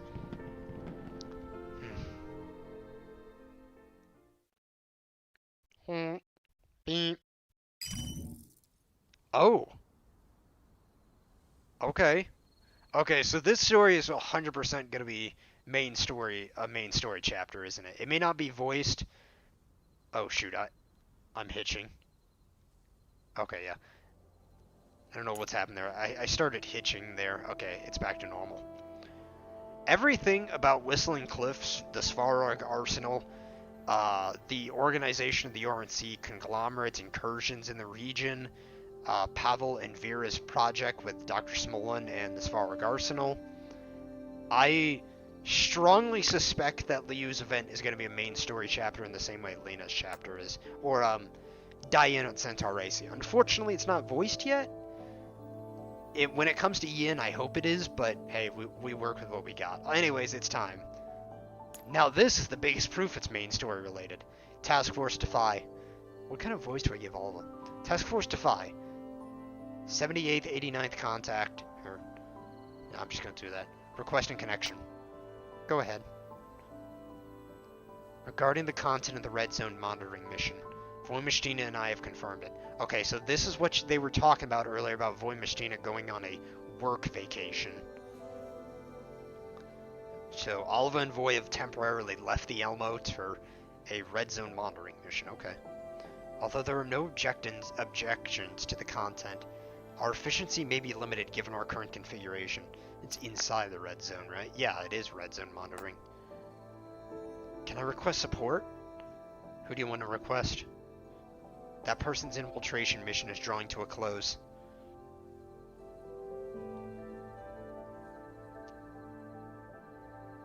Whoops. That person's...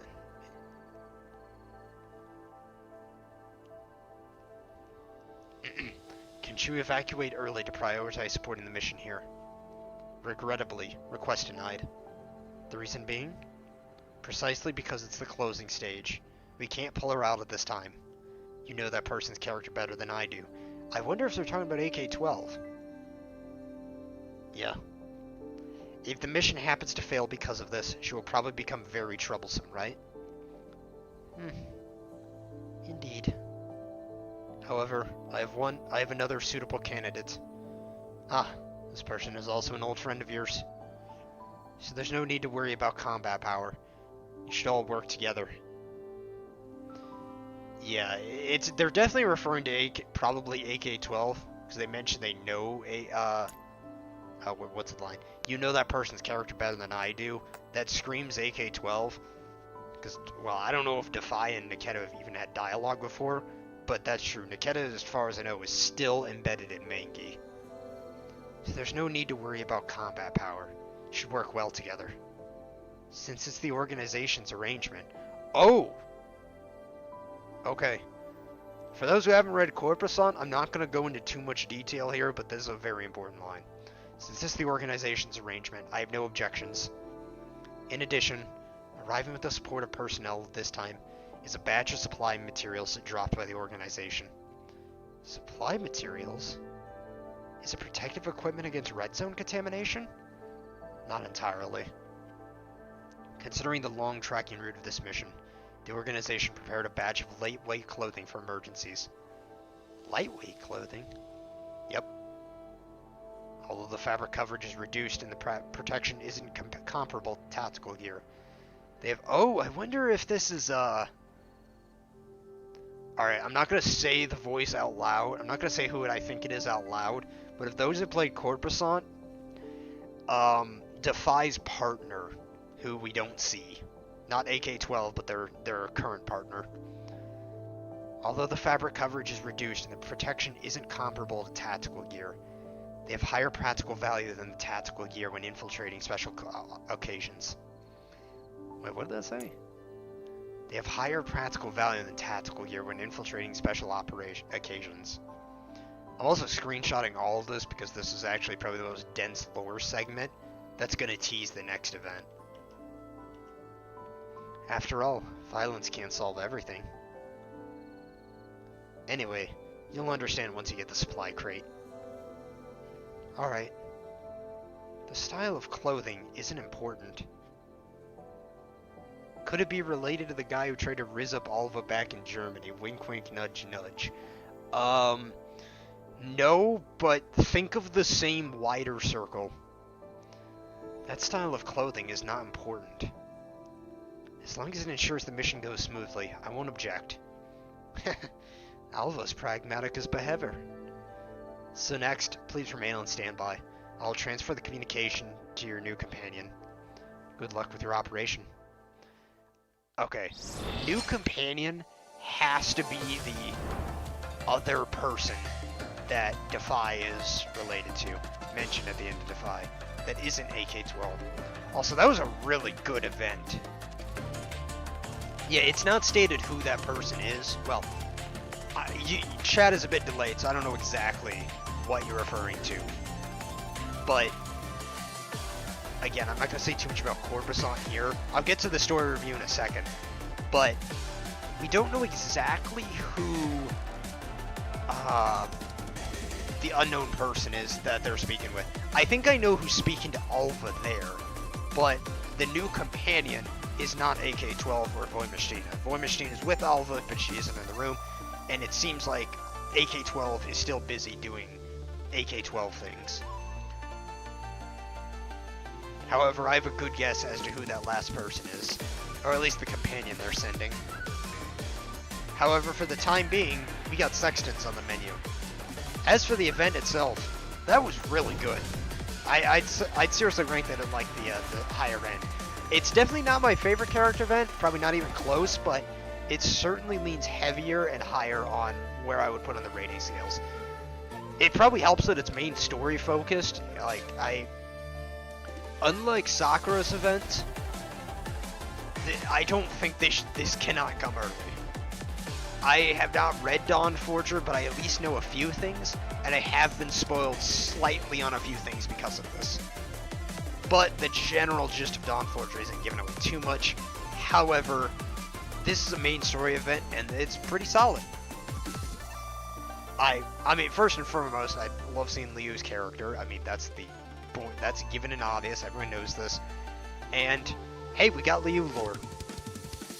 She descended from a rich matriarch, at least seemingly, and all that wealth went to her, and she didn't know where to take it, so she brought it to the people. Good for her. And I like... How do I put this? People are going to take this the wrong way. People are going to interpret this the wrong way. I like it isn't so, Commander, I love you, nor is it everything is such doom and gloom. It strikes a good chord between both. And I love the characters they introduce. I seriously hope that Pavel and Vera return. And given what Pavel said about, if I was a black market merchant, I'd speak with the Tomato King directly, but I'm not that guy anymore. And there's still the whole thing about the Svarog Arsenal, and the connections with Orlog, and the Smolin, Dr. Smolin, the father of Vera and Pavlov. Which makes me wonder if in the future we're going to see that plotline expanded with Smolin's release, and like the integration of Svarog Arsenal mechanics into the Commander's circle, the Commander's future organization. That's just my errant thoughts. Like I'm just saying things off the dome. It was a really, excuse me. That event only got better as it went along. I liked it at the start, and I really liked it in the end.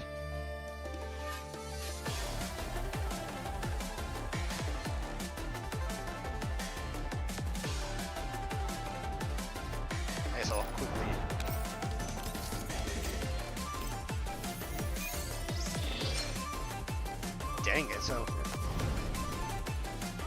Dang, so, I mean, this wasn't a short story either. I mean, I'm going to do these extra notes later after the stream, but I also noticed that this was not a short event. This felt long.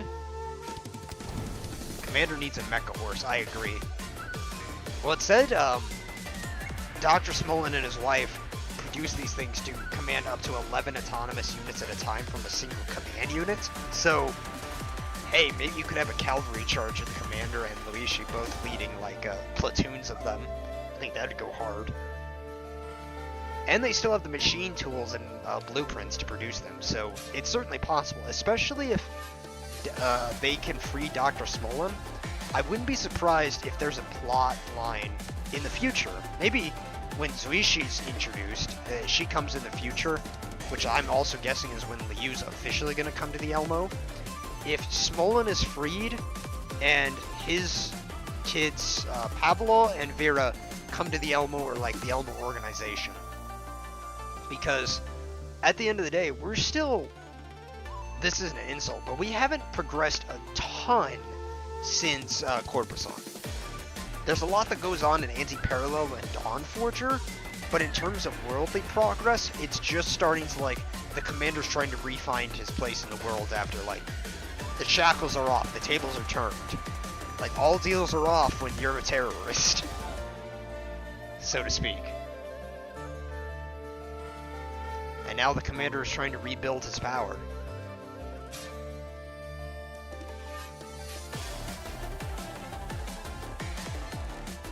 Ironically, this is the second time the Commander's been to become a terrorist.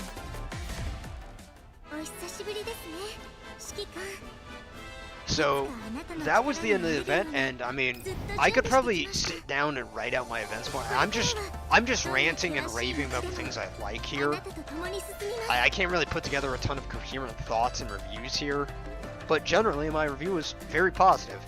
I mean, the only thing that I think it's a good length.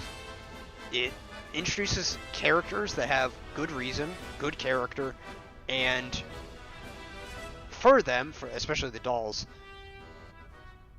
how do I put this? There's excellent characterization for them that doesn't strike, well, that strikes a balance between respect for the Commander and respect for themselves in the world. And I think that is what the best of GFL events hit, just as Diane and Centaur Races did. I guess I can do this real quickly.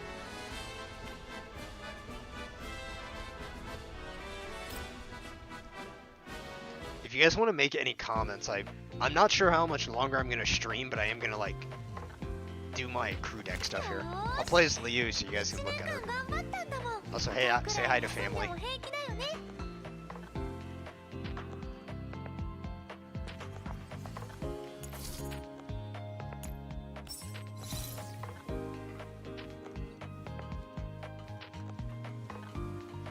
But yeah, if you guys have any questions about the event, or you want to say something further, or you want to hear what I have to say, please ask. Well, Lind. Also, by the way, here's one Void Machina for sale. That little Defy tidbit was really interesting, especially about the organization. I would say more about that, and I want to, but I also don't want to spoil Corpus Song, because I know a couple of you, the few of you that are here, there's probably at least a few of you that don't know anything, and I don't want to say anything about that.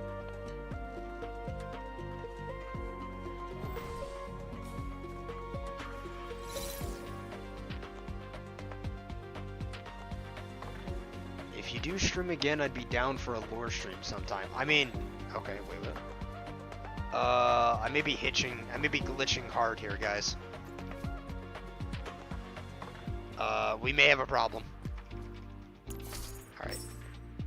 Hold up, okay. Okay, it just wasn't loading. It's not loading now. Anyways, if you do a stream again, I'd be down for a lore stream sometimes. I mean, okay.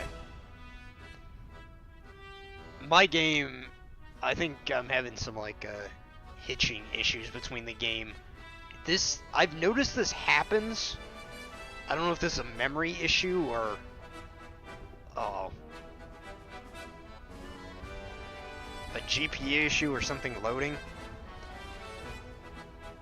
Okay, so... if something goes wrong here or I cut out, you know why.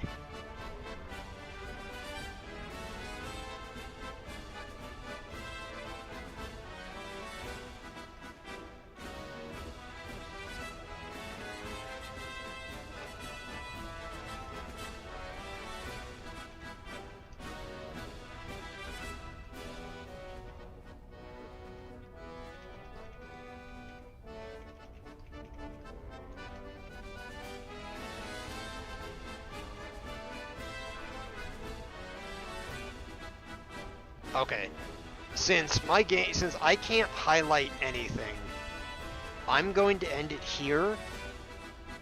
I hope you all enjoyed. I really enjoyed this event, and I'm probably going to expand on my review a bit later, but while this certainly isn't my favorite event, and I don't think I'd even put it like top 3 or 5 for character events, well, maybe actually, it would probably go top 5 for character events, but definitely not top 3 overall.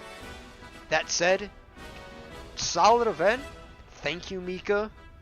I actually had a lot of fun doing this, and hey, maybe I'll stream again. Maybe I'll do more lore. I don't know.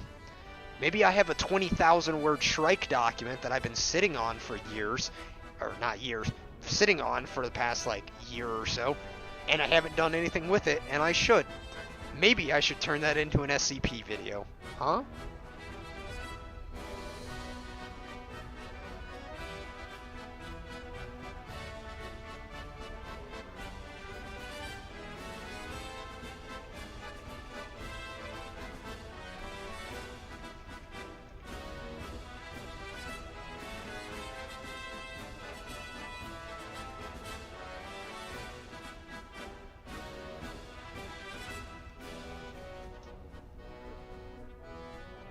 Alright, goodbye everyone.